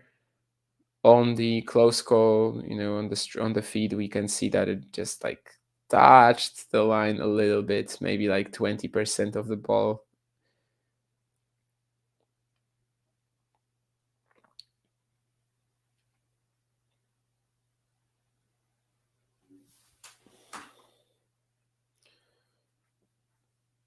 Yes, and now the serve down the tee opens up the court for Ostapenko. She this time actually waits it out. She also doesn't play as close to the line as she tends to do, even when there's no need for it. That was some pretty smart call here, and yeah, she's back at 1-game-0. Little bit threatened in this game, but in the end, of course, she didn't actually get to. Azarenka didn't actually get to a break point. The poll has Azarenka at 55%, says John. Um, was the poll done before the match, or is it done right now?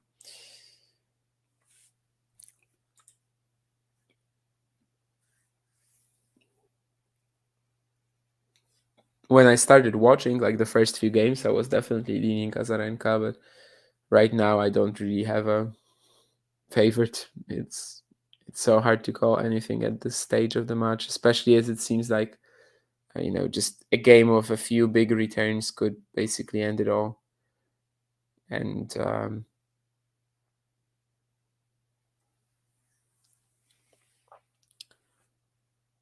obviously, they both have like pretty aggressive, well, in Ostapenko's case, like ridiculously aggressive returning strategies.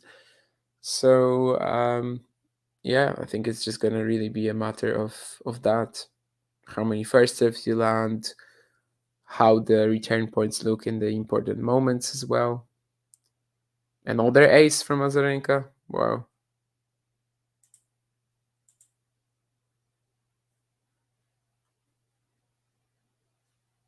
Yeah, I mean, as I said, I mean, she wasn't serving like this in her prime, I think. So this is pretty insane. Although, other than the aces, there were also a ton of serves that Ostapenko was able to punish right away.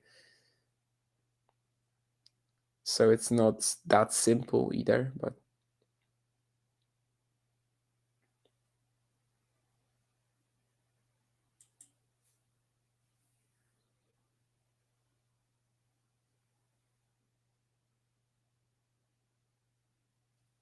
that's nice though. Ostapenko seemed to think that she is in control of the point after she blasted that cross-court 400 return, but Azarenka just plays off her pace so well and redirects it down the line. Great sort of more compact motion, absolutely spotless, and she is 40 love up.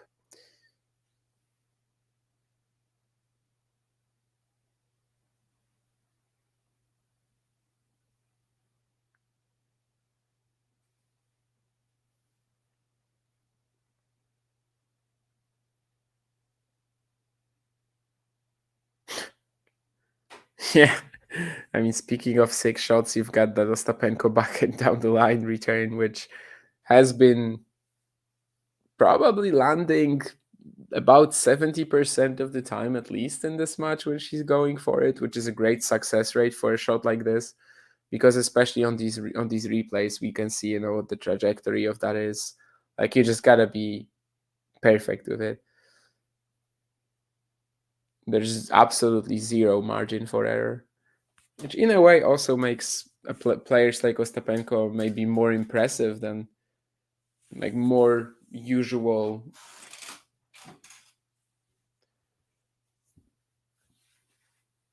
sort of regularly players who have like normal tactics and actually just are technically sound, which of course Ostapenko is as well, but like the shots that she's able to pull off, the tennis that she's able to play and still be at the top level, very few would be able to be competitive like this, you know. Very few would be able to actually keep pulling it off, win a slam, of course, and stay a top player for years. Because, yeah, you just cannot sustain that hitting, but she can. Anyway, Azarenka seems to have gone to the toilet. She was running. She was running very quickly, so probably not too long a break, I would assume. I don't know how long she can have right now. Mid set. Goff already up a break on Gracheva, and Safiullin Arnaldi have gotten a chance to start their match, but it's just like the coin toss so far. They're warming up.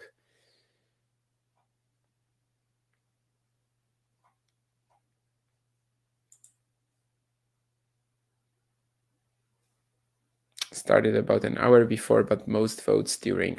So yeah, some of that could be, of course, because she won the opening set, right? So maybe some people voted Azarenka there. But I feel like that was a pretty close match in like the public perception. I would call Ostapenko a slight favorite, probably pre-match, like in terms of the odds. I think she probably deserved like a slight nod before the match, but yeah, given that Azarenka is looking pretty good to start the season, and as we were saying, she is basically great anytime she plays in Australia. No one's Robert this week. No.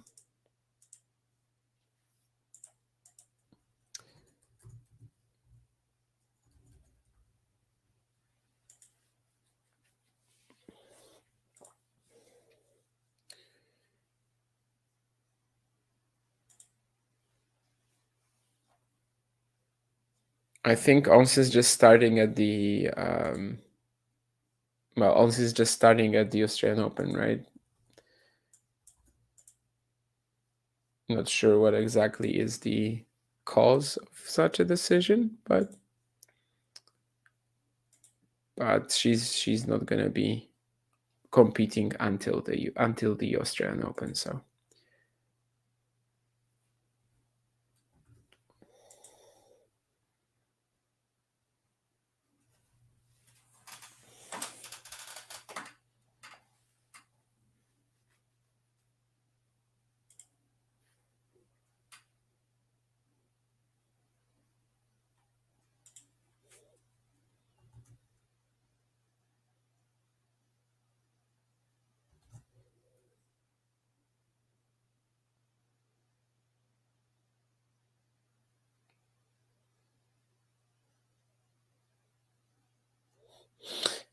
someone posted a quote on Twitter, and I'm just reading that, which is why I haven't said anything in a while. But basically, it's from the previous Ostapenko Azarenka match, and she says things like, and of course Azarenka won it, as we said, so it was the Indian Wells semifinal, and basically Ostapenko is saying things like, I was just a better player, I think, today, because I was playing more aggressive and I was going more for the shots and I was attacking all the time. It's pretty fun that she just believes that's the best way to play. That's the only way to play. I was the better player because I was more aggressive, and of course, for the most part, she is an extremely successful tennis player. But it's funny how she just sort of hates the other styles. Let's say there's a very clear hierarchy in terms of what she wants to see and play on the tennis court.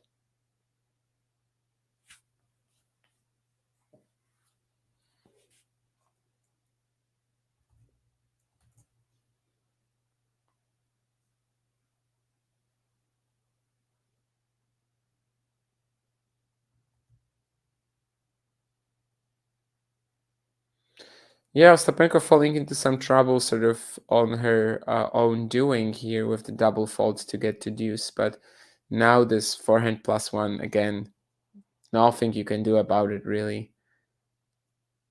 She's hit a lot of these down the line here this much as well. So she's the more aggressive player, so she's the better player, right?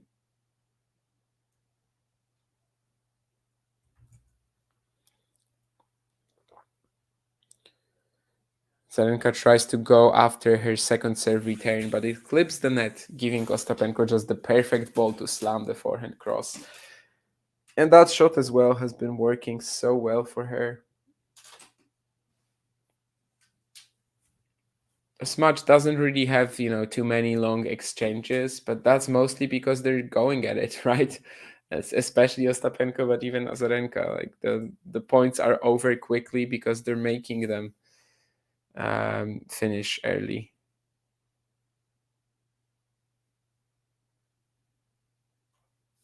And they definitely make it look easy.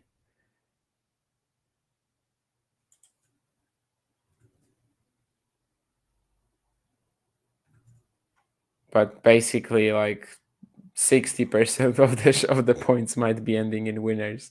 That's of course a stretch, but definitely way more than in a regular percentage in a regular match.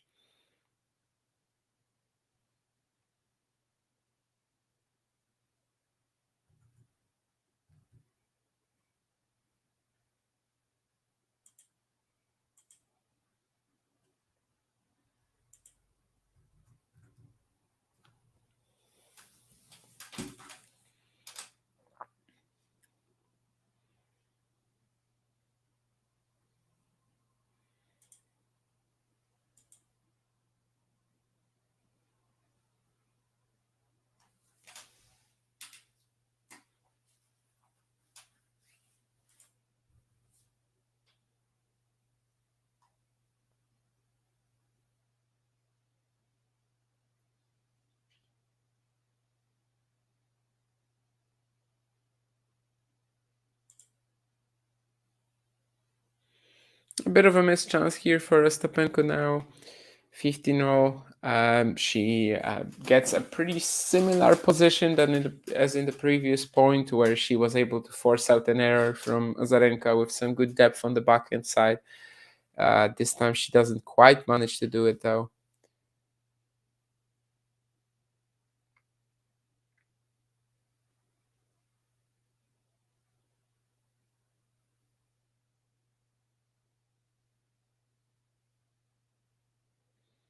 But yeah, she's still in it, and now Azarenka seems to be getting a little less of her serve.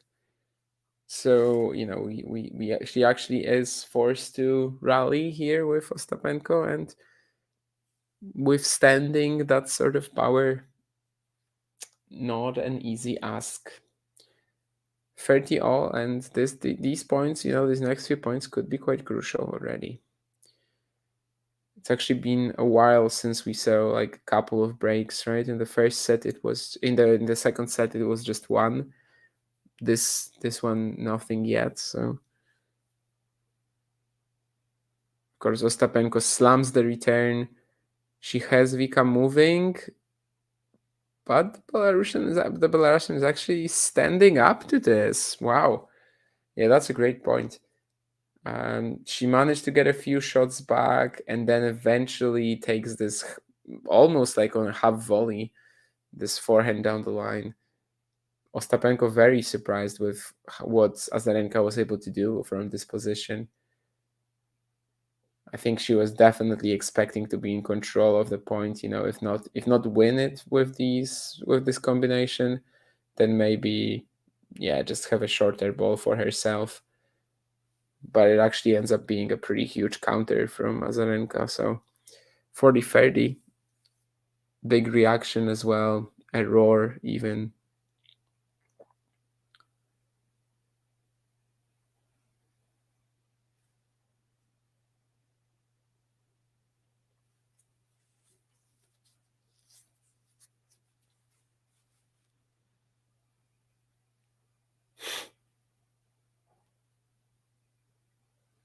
Yeah, but I mean, you cannot do anything when Ostapenko is hitting like this. Of course, she could have gotten the first serve in, but after that, she was just toast. It's again such a ridiculous return one-two punch combination. Even with the squash shot from Sabalenka being like Azarenka being so like a little tricky at least, so high, so deep. Ostapenko then finds the ideal backhand down the line again. yet again. And the pace on her return is going to give her a breakpoint here, as Azarenka can't quite control it. 2 out of 7 Ostapenko so far in this match on breakpoints won. Azarenka 2 out of 5. A lot of that was in the opening set.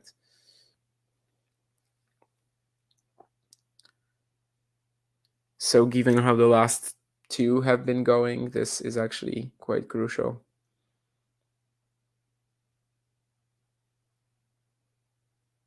And it definitely feels like in the last couple of sets, the player who is way more aggressive on return is Ostapenko. I know she's always going to be more aggressive than anyone, basically. But what I'm trying to say is that you don't really see these early points dominated by Azarenka on return anymore. Whereas in the first set, it was like they were going blow for blow. Yeah, and how else can Ostapenko break with a backhand return winner down the line? She is 3 holds away. She's 3 games away, and yeah, it's been a while since she was broken. So definitely looking quite decent for the match here at this point.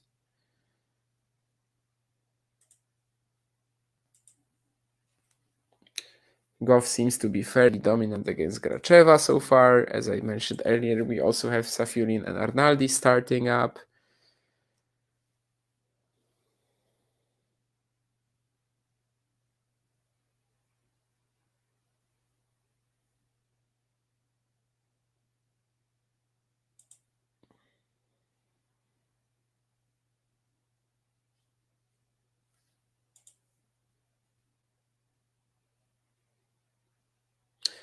Date for the Australian Open. Basically, next week is the qualifiers, and then the major will start after that. So it will be. Let me look at the calendar. Uh, Today is the 5th, 7th. From the 14th to the 28th of January is the Australian Open main draw. This year it starts on Sunday. Hey Kirit, yeah, I was actually even talking about this with Navarro. There was a lot of TT criticism, as you say, because of the fact that she got all of these results right at the end of last year. But I think this isn't really warranted, mostly because like it wasn't like she was playing huge these big ITFs in weeks where other events were also held, right? And she basically rose in weeks where the main tour was already gone. So is it her fault? I mean, definitely not. And so far, she's holding up. Did Ostapenko play this style when she won the French Open? Yes, absolutely. She's never had anything else. If you watch her match against Halep, for example, like even the highlights, the final, you're gonna see it right away. She during that French Open, actually, there were a lot of graphics on on the speed of her strokes, and at the time I remember this being like often just thrown into the conversation in the broadcasts, that basically she was getting a lot more pace on her shots than Nadal, for example, who won the French that year as well, right? Now I guess this is less of a thing, because at this point we are like basically we have already established that the women players don't actually hit, like at least the most powerful women hit pretty much with the same pace as the men. Maybe the spin is not really comparable when it comes to like tour average, but the pace, at least for the most powerful hitters, yeah, it is comparable. So, but I remember that actually being a huge deal at the time, that Ostapenko was hitting bigger forehands than Nadal, and they were the two winners of the 2017 French Open. And yeah, absolutely, Jelena Ostapenko would come out and crush every ball. She, I think, even like made a fight back from maybe a set and a breakdown, or maybe a breakdown in the decider in that final against Halep, and she just did it by absolutely crushing every shot that came her way. How did that sort of play style make for a slam for 7 matches in a row, right? That's a bit of a wonder, not gonna lie, especially when you look at how she's been struggling to repeat it, just because if whenever she has a chance, that one poor performance finally comes. And yeah, I was talking about it a game ago that Azarenka has sort of lost her aggressive edge on return, but now she finally gets back into the groove. She locks up 2 breakpoints, and this was almost a break, but Ostapenko just barely lands this forehand down the line. Yeah, funny reaction from Azarenka as well, who's like covering her mouth and she cannot believe it. But she wins the next point, again rushing Ostapenko on return, and Jelena misses the backhand down the line a little bit. So back to 3 games all, and yeah, just back to square one. What a weird sport, right? We've been playing for an hour and 50 minutes, and basically we could have started the match at 3-all in the decider, but well.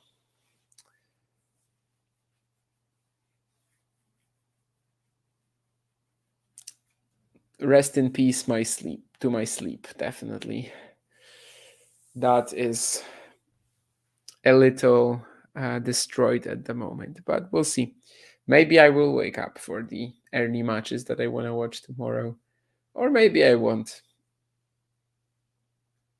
In any case, it won't be a tragedy. Although there's definitely a few around that 8 a.m., 9 a.m. My time slot that I want to watch.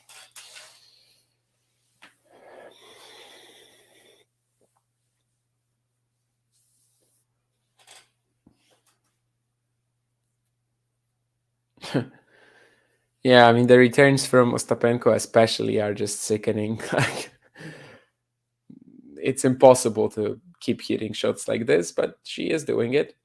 And Azarenka, of course, is like a way more controlled player, right? Like her aggressive returning is obviously very impressive, and it's one of the best in the business.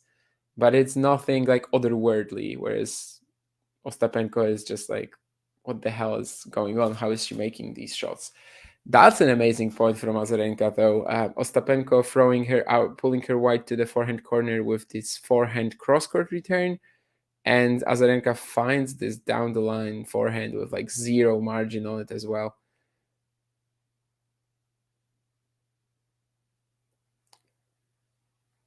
Her options were very limited by this return from Ostapenko. Like it was literally go down the line or lose the point. Of course, going down the line also had like a 90% chance of missing, I think. But yeah, what a perfect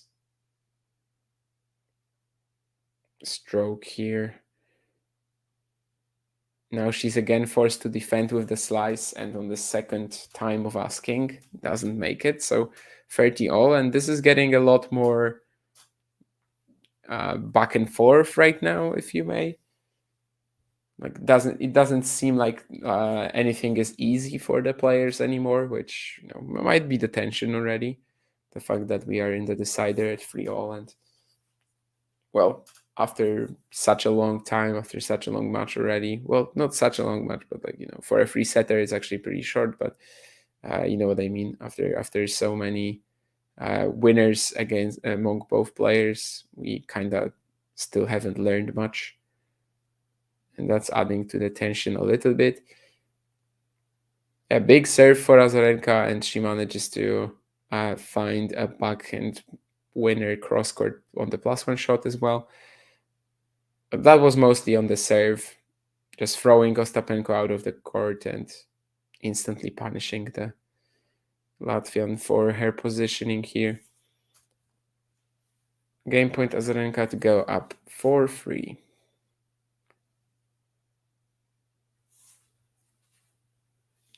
Interestingly, when she was serve botting in the second set, she was actually losing games, right? But now that she isn't like finding all that much, at least in terms of aces, she's fine. But yeah, another big return from Ostapenko. Anytime she gives her a second serve like this, just a regular kick down the middle, nothing on it, probably like 130 kilometers an hour, she is instantly in trouble. And as I said, a lot of the time, Ostapenko actually likes having the ball a little higher. So yeah, she just can blast it completely top to bottom. And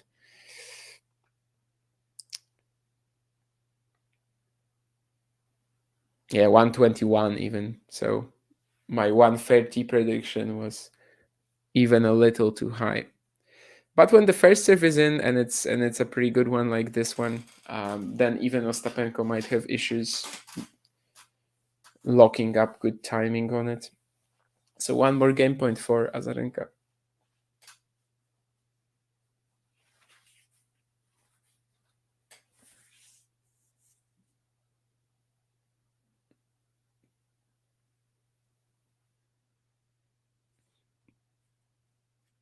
Yeah, that's a pretty cheap error, though.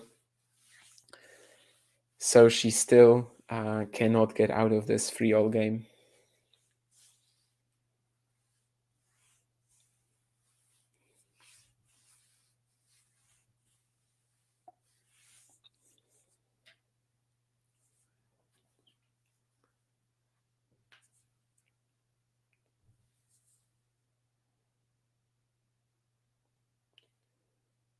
But it's a similar pattern. She lost the deuce. She lost the outside point, but on the deuce side, she finds a pretty good first serve and manages to get the point. Could use one as well now that she's having a game point again.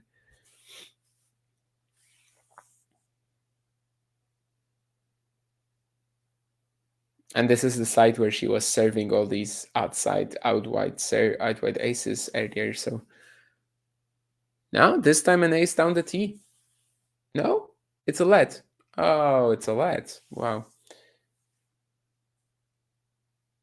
I guess it must be a let, or maybe it was out and I just didn't notice. But I was pretty sure that this was in. Yeah, insane. Just insane again what Ostapenko is able to do with these weaker serves for Azarenka. It just seemed like it fell exactly into her strike zone, you know. And once it did, I just don't know how you even react to a return like this. It might have been faster than the serve, honestly.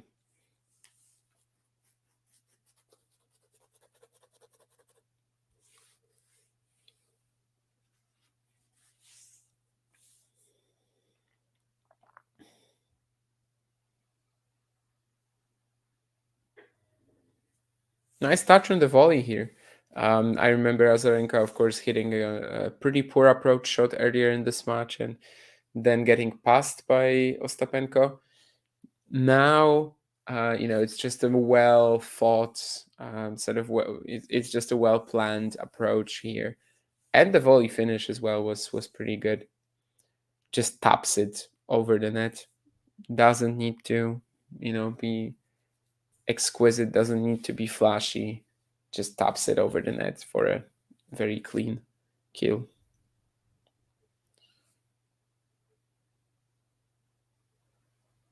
Yeah.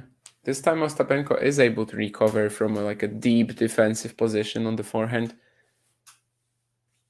and get the point. So again, deuce, and again, Azarenka just can't quite get out of this game.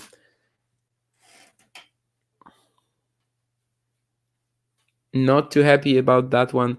Certainly a shot that was makeable still, despite Ostapenko countering it pretty hard at the Azarenka forehand. And that's an ace down the tee. So the aces are back.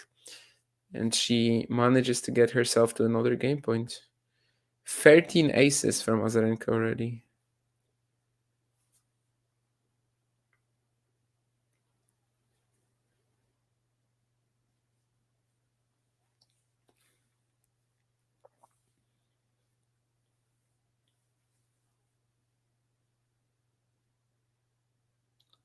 Will this game finally end, or does Ostapenko have more up her sleeve? Yes, she does. so many shots here where Azarenka just doesn't even flinch to them, and it's basically forced to. And also, we at the same time, we basically watch the shot from Ostapenko as it goes through the air, and literally, like, you have such a good perspective on, the trajectory of the ball. And I think Azarenka, from her angle, which is probably the best on the court to watch it, it also has to be a pretty fun experience. Not a fun experience because you're playing someone like this who crashes every ball, but I think sometimes you must be amazed as well. And that's another cheap error. So after all of these game points, Azarenka has finally surrendered a BP to Ostapenko.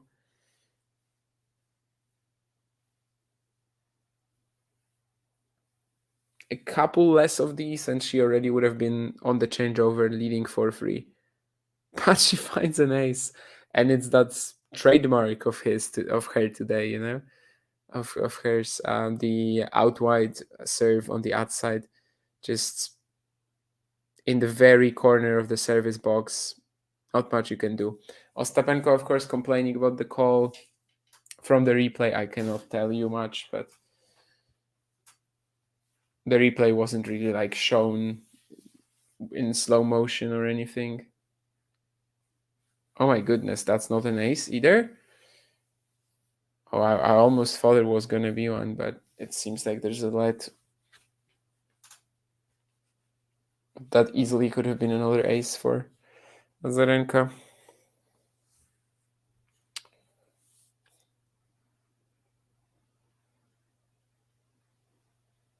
Okay, but it's not an ace, but the serve is good enough. For a moment, I believe that maybe this forehand cross-court return from Ostapenko will go in, but actually, mid-air, it became clear that it's going to be way wide.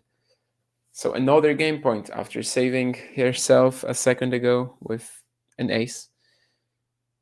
Can she finally clinch this game?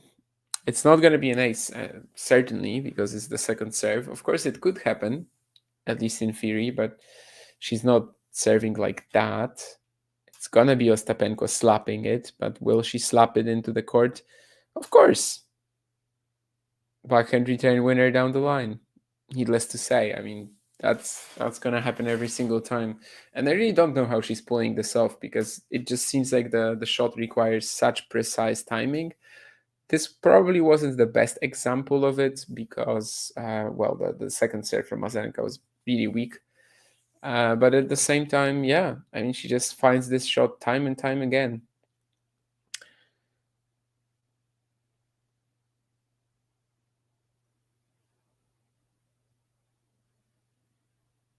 Ostapenko already on the offense, despite Azarenka getting her first serve in. Forces Vika to slice, and just when she has the opportunity to put away the ball, she it clips the net. Basically, that finishing blow of the backhand side of Ostapenko, it clips the net and it falls out. So a touch unlucky there, maybe, because the whole point was really great from both players. And basically, once Ostapenko managed to get herself a short ball, that's when she finally misses. Azarenka asking the crowd for some support as well. Can she finally win this game? No, because Ostapenko finds another backhand down the line, and this time it's not even a backhand return winner down the line. This time she just gets it to her deep to her backhand corner, and again, super precise on the timing, but somehow she just keeps doing it. I mean, she's hitting this shot in her sleep today. Of course, she is also not sleeping. I'm also not sleeping because I'm watching this match, but I hope to be soon. Jelena Ostapenko probably won't be sleeping for a while, given she also has one more has a doubles match coming today, and basically in Brisbane it's a very different time zone, of course. But anyway, this time it's another play that Azarenka has been going for a lot in this game so far, which is this out wide serve on the deuce side. Basically, it threw Ostapenko out the court on a few occasions, sometimes setting Azarenka up for an easy kill, sometimes getting the error right away. But this time it's a spotless, it's a perfect forehand return from Ostapenko to give herself another breakpoint. But the next return will not go in. And this is where you can see that this line calling thing that Ostapenko does, for the most part, it's really BS, because this return was like a meter long, honestly. Well, meter is, of course, a stretch. Yeah, I'm definitely exaggerating. But yeah, this one was like so clearly out, and yet she was still uncertain. But you know what? An ace from Azarenka yet again, and she really keeps going for that ace. I mean, for that out wide serve on both sides now. But maybe this game even not for that one where she kept landing aces. This game it's actually the deuce side where she's going for the serve out wide. And even though she got burned a second ago, she goes there again and she gets the reward. And there's another ace from Azarenka to secure the game. So clearly the serving from Vika today has to be mentioned, and maybe once it's the second serve, of course it's not easy for her, but the sheer ace rate, it's been really off the charts considering her usual standards. 4-3 Azarenka, and now it's going to be Ostapenko under some pressure. Yeah, I'm hoping for more deuces, absolutely.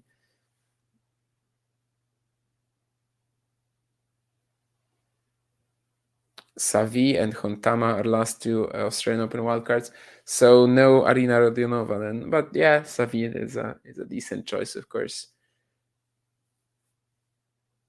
Why is Ostapenko Iga's kryptonite, and is there anything other players can take from it? I mean, there was just one more match. There was just one match that they played since Iga became such a massive star, right? I mean, this is probably the one that I really want to see at the moment to just find out if the improvements that Iga has made in terms of the tactical preparation and like not trying to go blow for blow against players like this, whether that will work out in something. But I guess Ostapenko is just such a tough player to face for anyone, right? Like when you give a top player a match against Ostapenko, and they're gonna be crying when they read the draw. So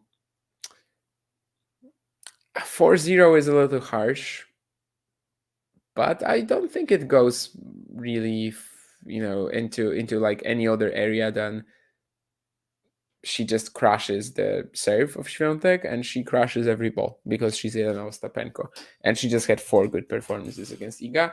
And at the US Open, of course, Iga was playing like an absolute tool. It was that one and the Kudermetova match, that was like the peak of Iga, just for some reason thinking she will outheat these women, and especially in faster conditions, although of course that did not work out for her. But then Jelena Ostapenko plays Kokugov in the next round, and she misses like 100 shots. So I guess what I'm trying to say is that it really isn't predictable, because earlier in the year at the Australian Open she beats Kokugov, and that matchup should be favorable for her too, right? She also has a second serve she can target. She also should be able to be dominant. Definitely, if she ever plays Ostapenko again, she'll be hoping to maybe use that athleticism that she has a little bit more, the quality of her defensive movement, the sliding. Whereas this past match at the US Open, this last one that they played, yeah, I mean, she was just trying to outhit Ostapenko, and that's not really a good idea. Like, how are you going to outhit her when she's playing well? And to a lesser extent, but Świątek was doing that already in other parts of 2023, against Sabalenka in Madrid, especially. But that match against Ostapenko and against Kudermetova, that was just horrific in terms of preparation, and just the focus clearly was on herself still, not on the opponent. which I do think in the long run it turned out to be wrong. But yeah, I would love to see it now, to see if that still holds up. Of course, it's really reliant on Ostapenko's level as well. She might just have a horrible day at the office and basically gift her a win. But yeah, I would love to see if that newfound strategy and different focus would hold up against the Latvian. Rybakina would also be a nice player for Świątek to face, I think, given that she beat her before, but she didn't beat her at all in 2023, and she's probably more of a problem matchup at the moment than Sabalenka as well.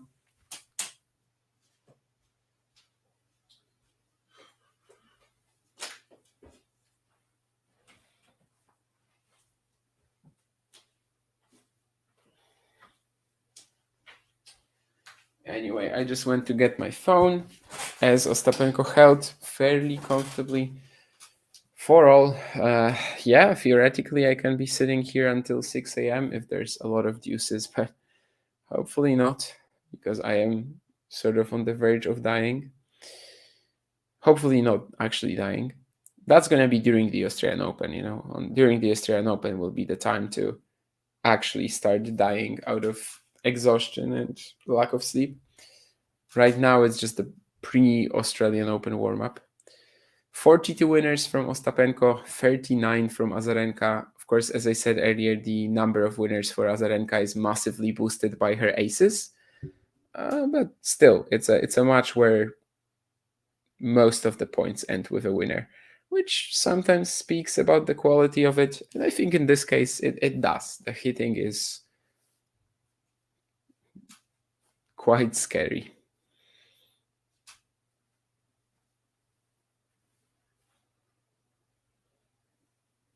I don't know what Jelena Ostapenko will say after this match, but if we're talking about Indian Wells 2021 and that quote that I read out to you, I think it would be a little unfair to say that this time if she said that Azarenka is just tracking down her balls, basically. Of course, Ostapenko is the more aggressive player, but like, what is she expecting? Is there really a player that she's going to face and she's not going to be the more aggressive player? Maybe like Camila Giorgi, Caroline Garcia. But yeah, I think if Ostapenko more or less repeated her quote from 2021, that would be a little harsh to Vika today.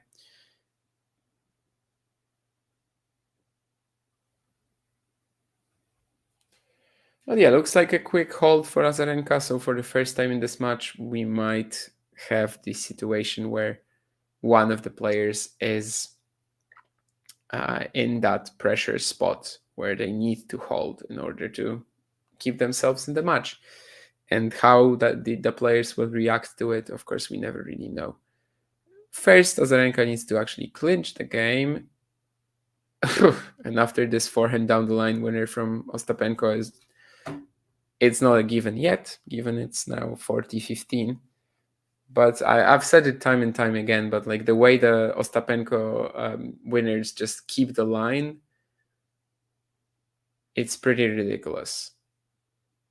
When you see her miss, you usually see her miss like 2 meters out because she didn't get the timing right at all. But once she actually does,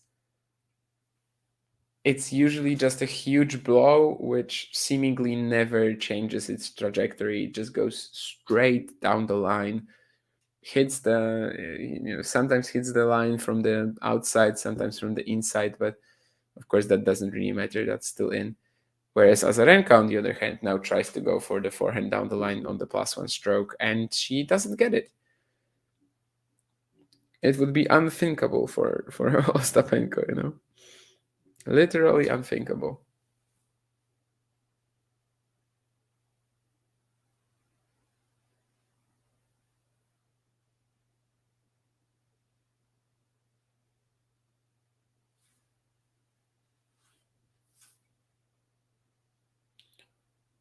The last 2 serves from Azarenka just barely out. Both could have been aces. But yeah, 40-30. So this hold is actually suddenly getting quite tricky. And of course, it's a backhand down the line return winner from Ostapenko. What else could happen, really? So yeah, more deuces coming. So excited. No, I mean, actually, this is a very good match. So I don't mind it as much as I would if the quality was atrocious.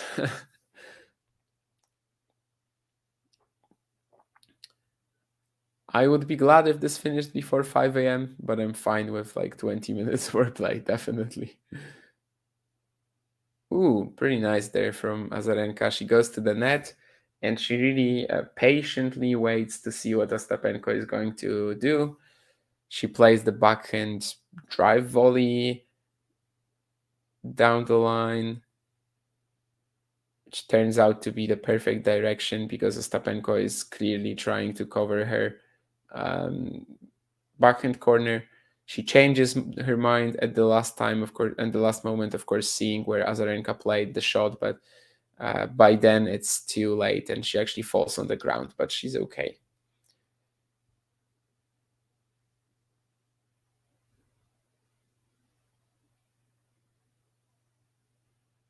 Ooh, net court from Ostapenko sends Azarenka to the net.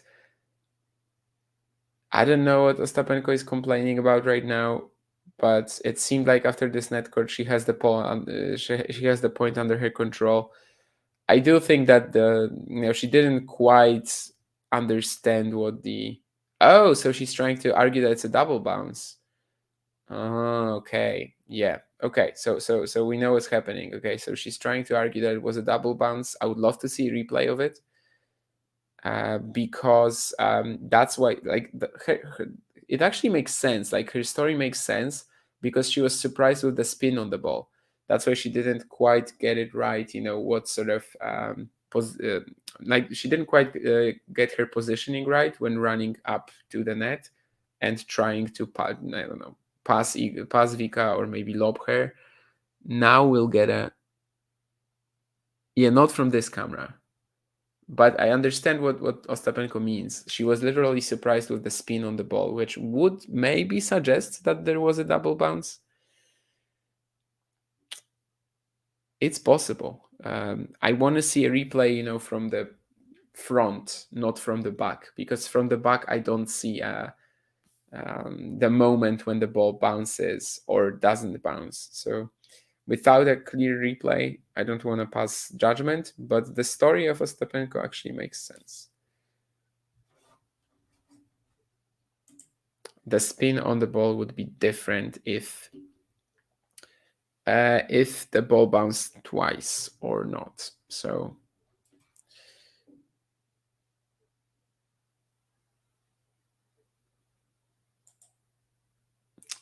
maybe she could, Sean, but at the same time, like, at this stage of your career, start making dramatic changes.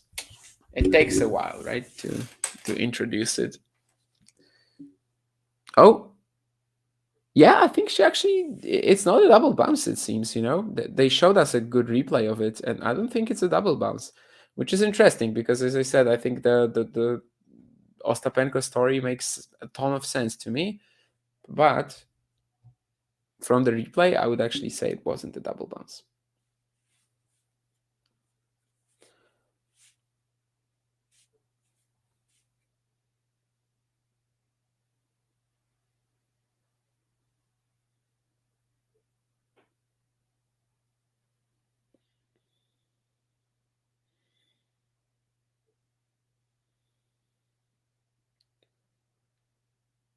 And the first point goes to Azarenka in the next game, so this might be a bit of a turning point, which of course will make this match will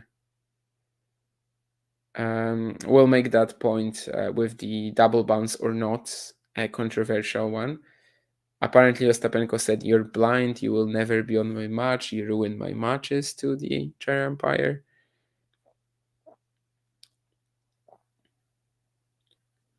And now the backhand down the lines that earlier, like she was finding, as I said, in her sleep, Now she's suddenly missing on it. Now that tiny bit of margin is not there.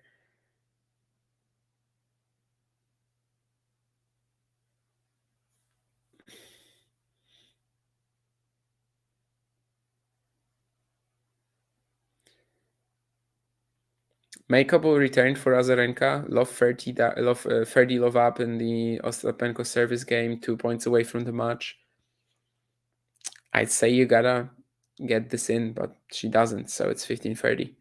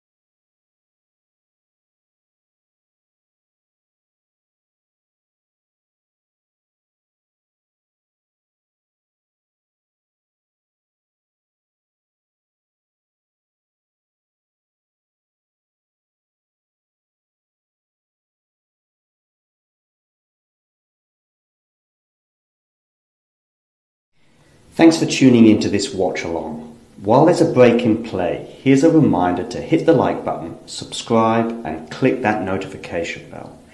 Your support helps to keep the channel going. While we're here, you can now become a member to enjoy perks including badges for the live chat, but also bonus material such as interviews with top players from both ATP and WTA tours.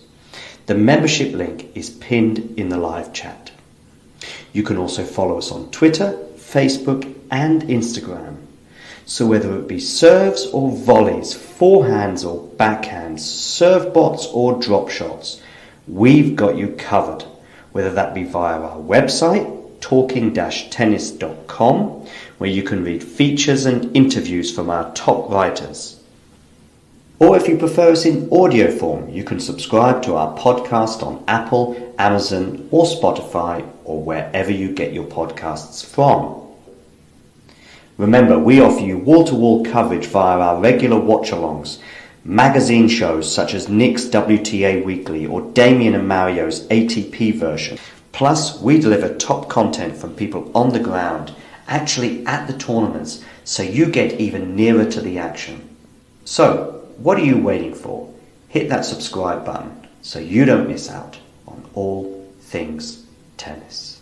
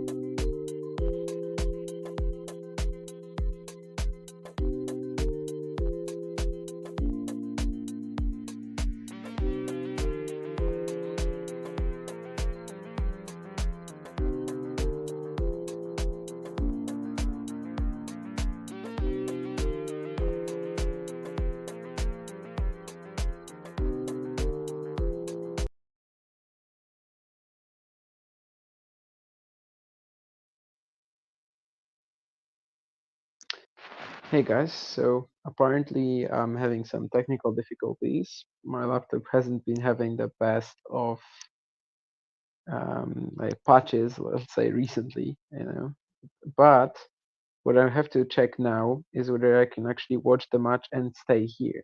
And I believe the answer is no on my phone. So I will try to do that, but I believe it might throw me out if I try to start watching the match. But we'll see.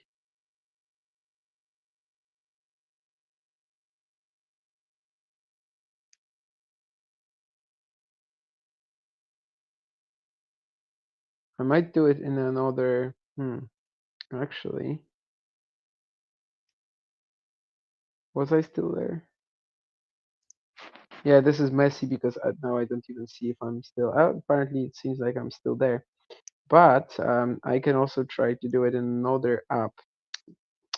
At the same time, I see that Azarenka already has too much points. So yeah, this is rough. You probably didn't hear me, and you probably already weren't. I was probably disappeared already when I said that, but I said that this is a very unfortunate moment. I basically had my stream stuck on like this one frame.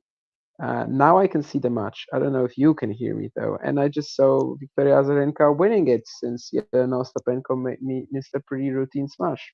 So I guess that's how we finished this match. Again, I don't know if you were even able to hear me while I was watching the stream, but the match is over now. We ended with some ridiculous difficulties, but we know for the future. Oh, because John says that you could hear me, so we know for the future that you can actually enter StreamYard on your phone, have it in the background, and be watching the match. So maybe it will be useful at some point. Hopefully not, but maybe it can be useful at some point in the future. And yeah, thank you for being here today. I don't know how if anyone's even there because now I can't even see the on the phone. I can't even see the viewing numbers. But anyway, Victoria Azarenka, Jelena Ostapenko, huge aggressive returning from both. Seems like Ostapenko was even playing better for a large chunk of its second, third set, but the aces did help Azarenka save it a little bit, and of course she's a fantastic aggressive returner herself. So I think it was a pretty good show of just winners galore, as like it could be from Ostapenko, but also Azarenka contributed to it as well. And yeah, keep watching, keep talking tennis, and maybe I'll see you in the morning as well. But we'll see how it goes. Now, I'm gonna try to catch some sleep before the next matches. So yeah, see you guys soon. If you enjoyed this video, make sure you hit that like button. Don't forget to subscribe and click that notification bell so you don't miss out on all things tennis.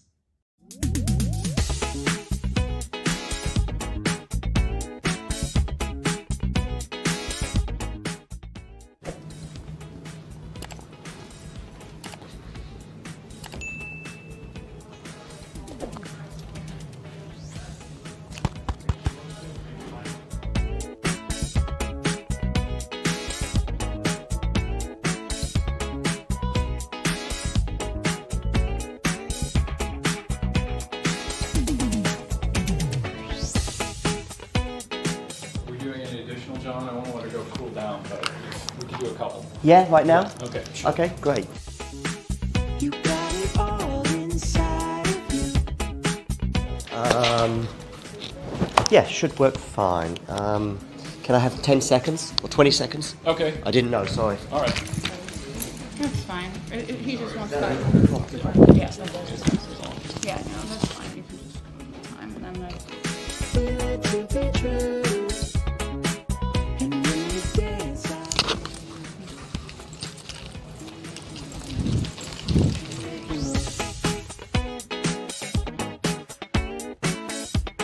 Yeah, sure. Is it okay to stand here or you'd rather sit down there? Where do you want me? Standing here? Here? Is okay? Okay, yeah. I don't want to, make you stand up for too long. camera's on? Yes, it is.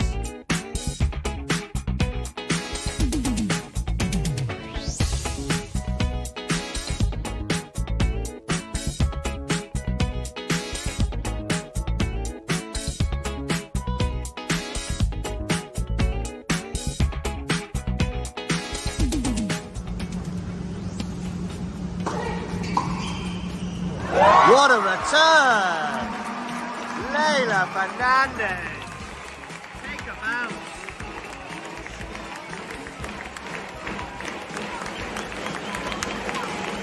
Match point, ladies and gentlemen. Championship Billie Jean King Cup point.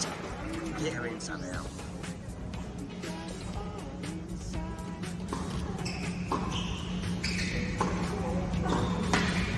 What attack? What defense? Wow! Wow! Look at this!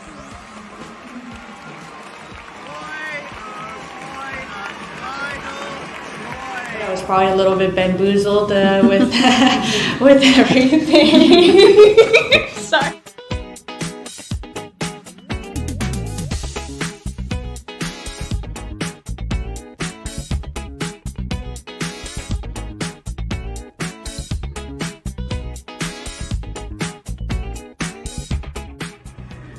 And Billie Jean King Cup 2023, that's a wrap.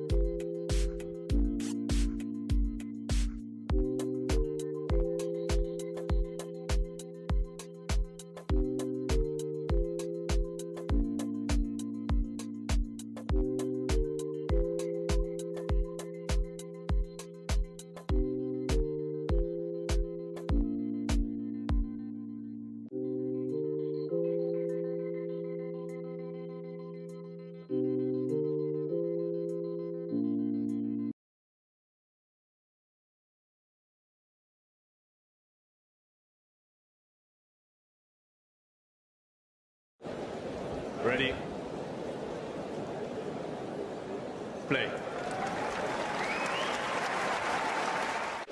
Cool. Hi, we are here again in Monastir. It's my first time here, but of course it's the second time that we've had the tournament here. And I'm with the president of the Tunisian Tennis Federation. Firstly, can you just introduce yourself? I'm Salma. I am doctor in sports psychology. I teach in the High University of Sports, and I am the president of Tunisian Tennis Federation. I'm also member in the board of ITF. I represent Africa. Nice.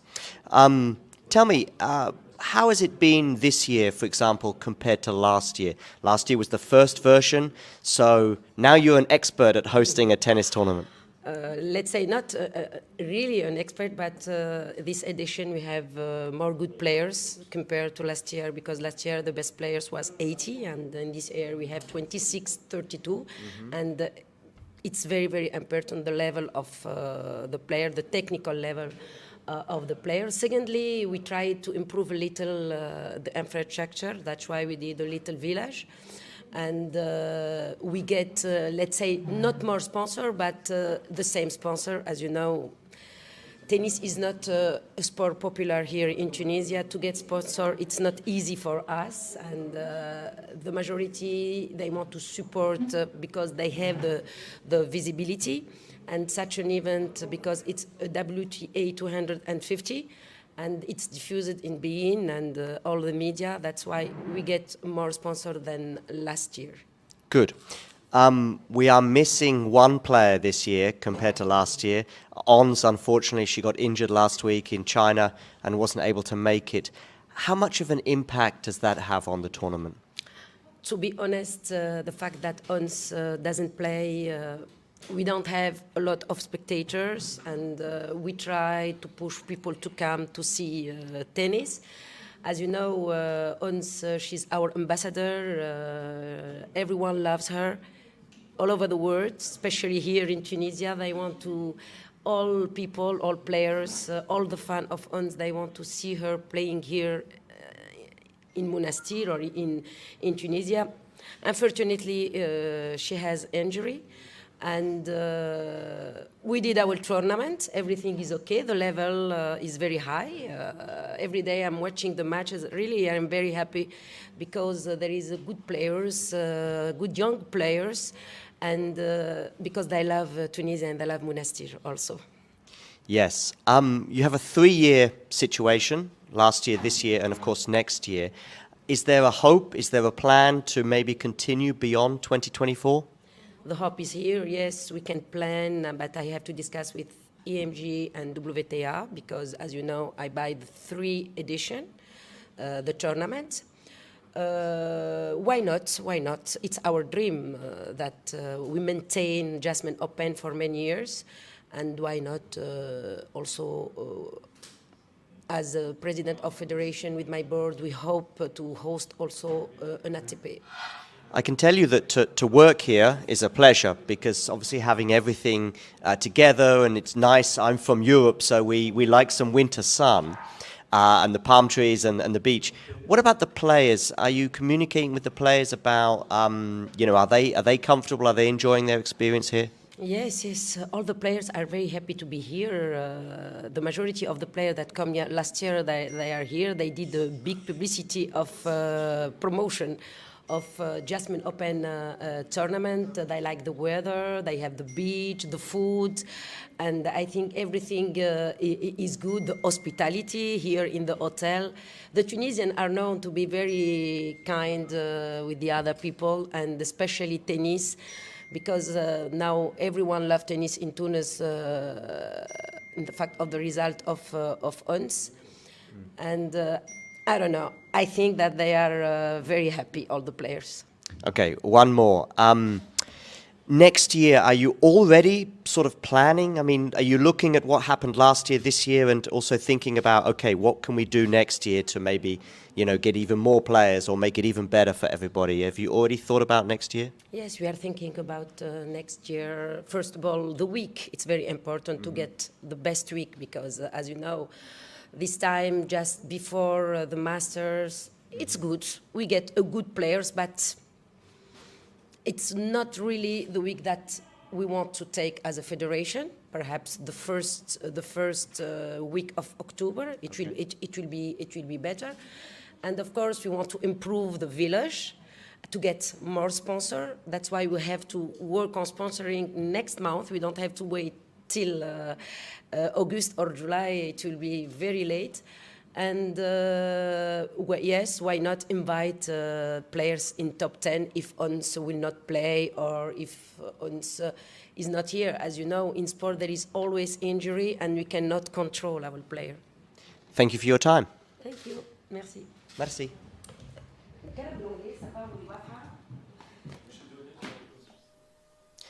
If you enjoyed this video, make sure you hit that like button. Don't forget to subscribe and click that notification bell so you don't miss out on all things tennis.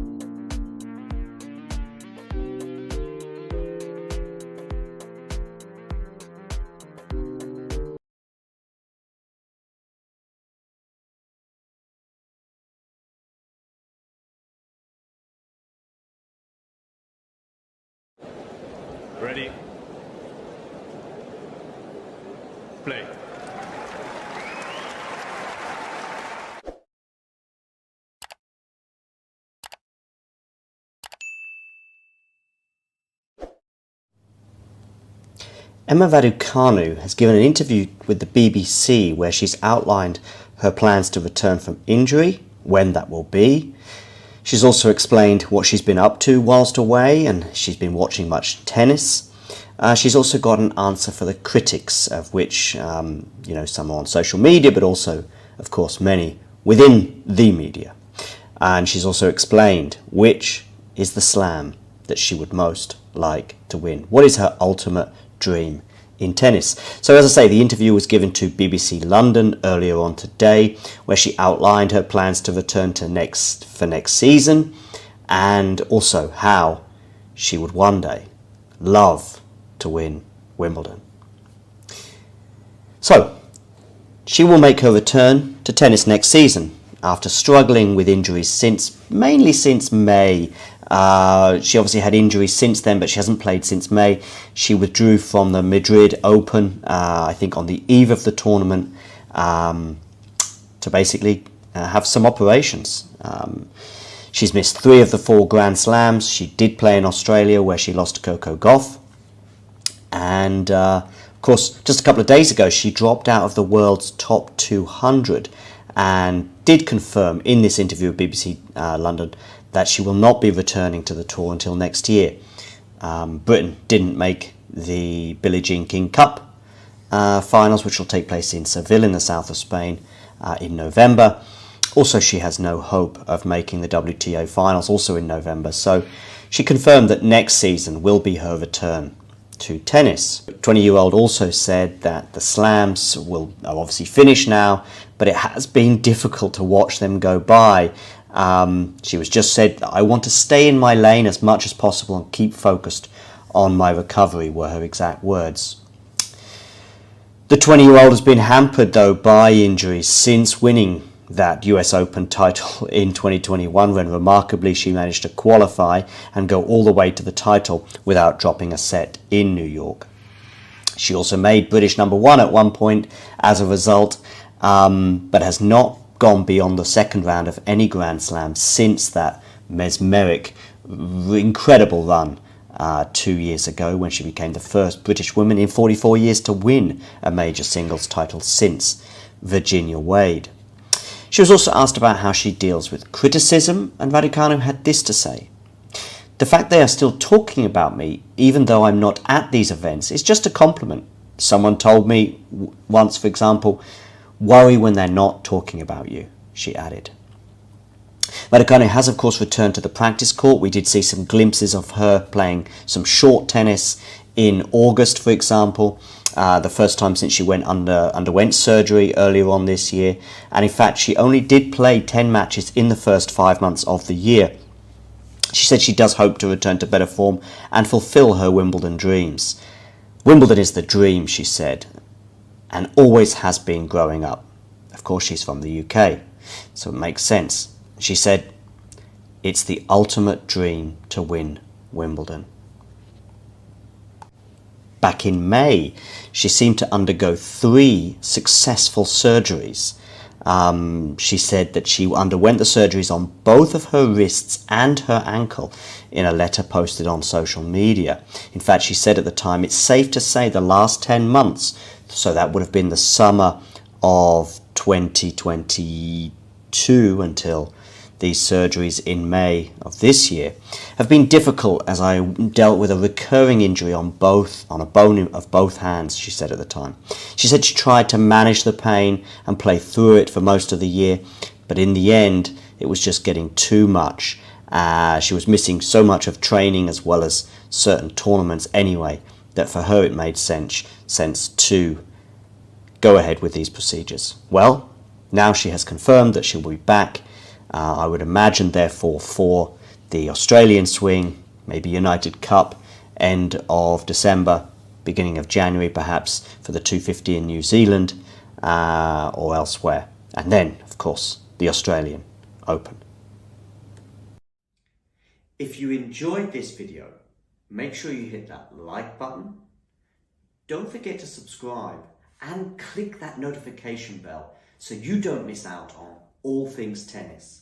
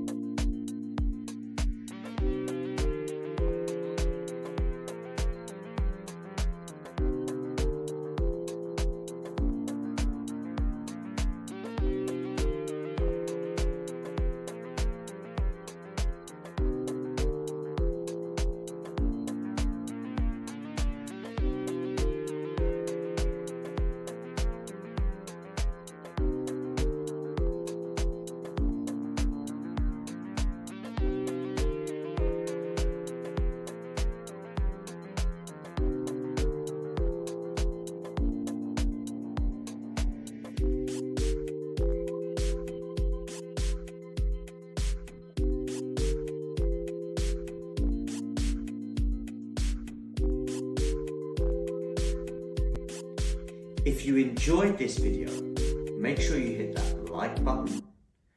Don't forget to subscribe and click that notification bell so you don't miss out on all things tennis.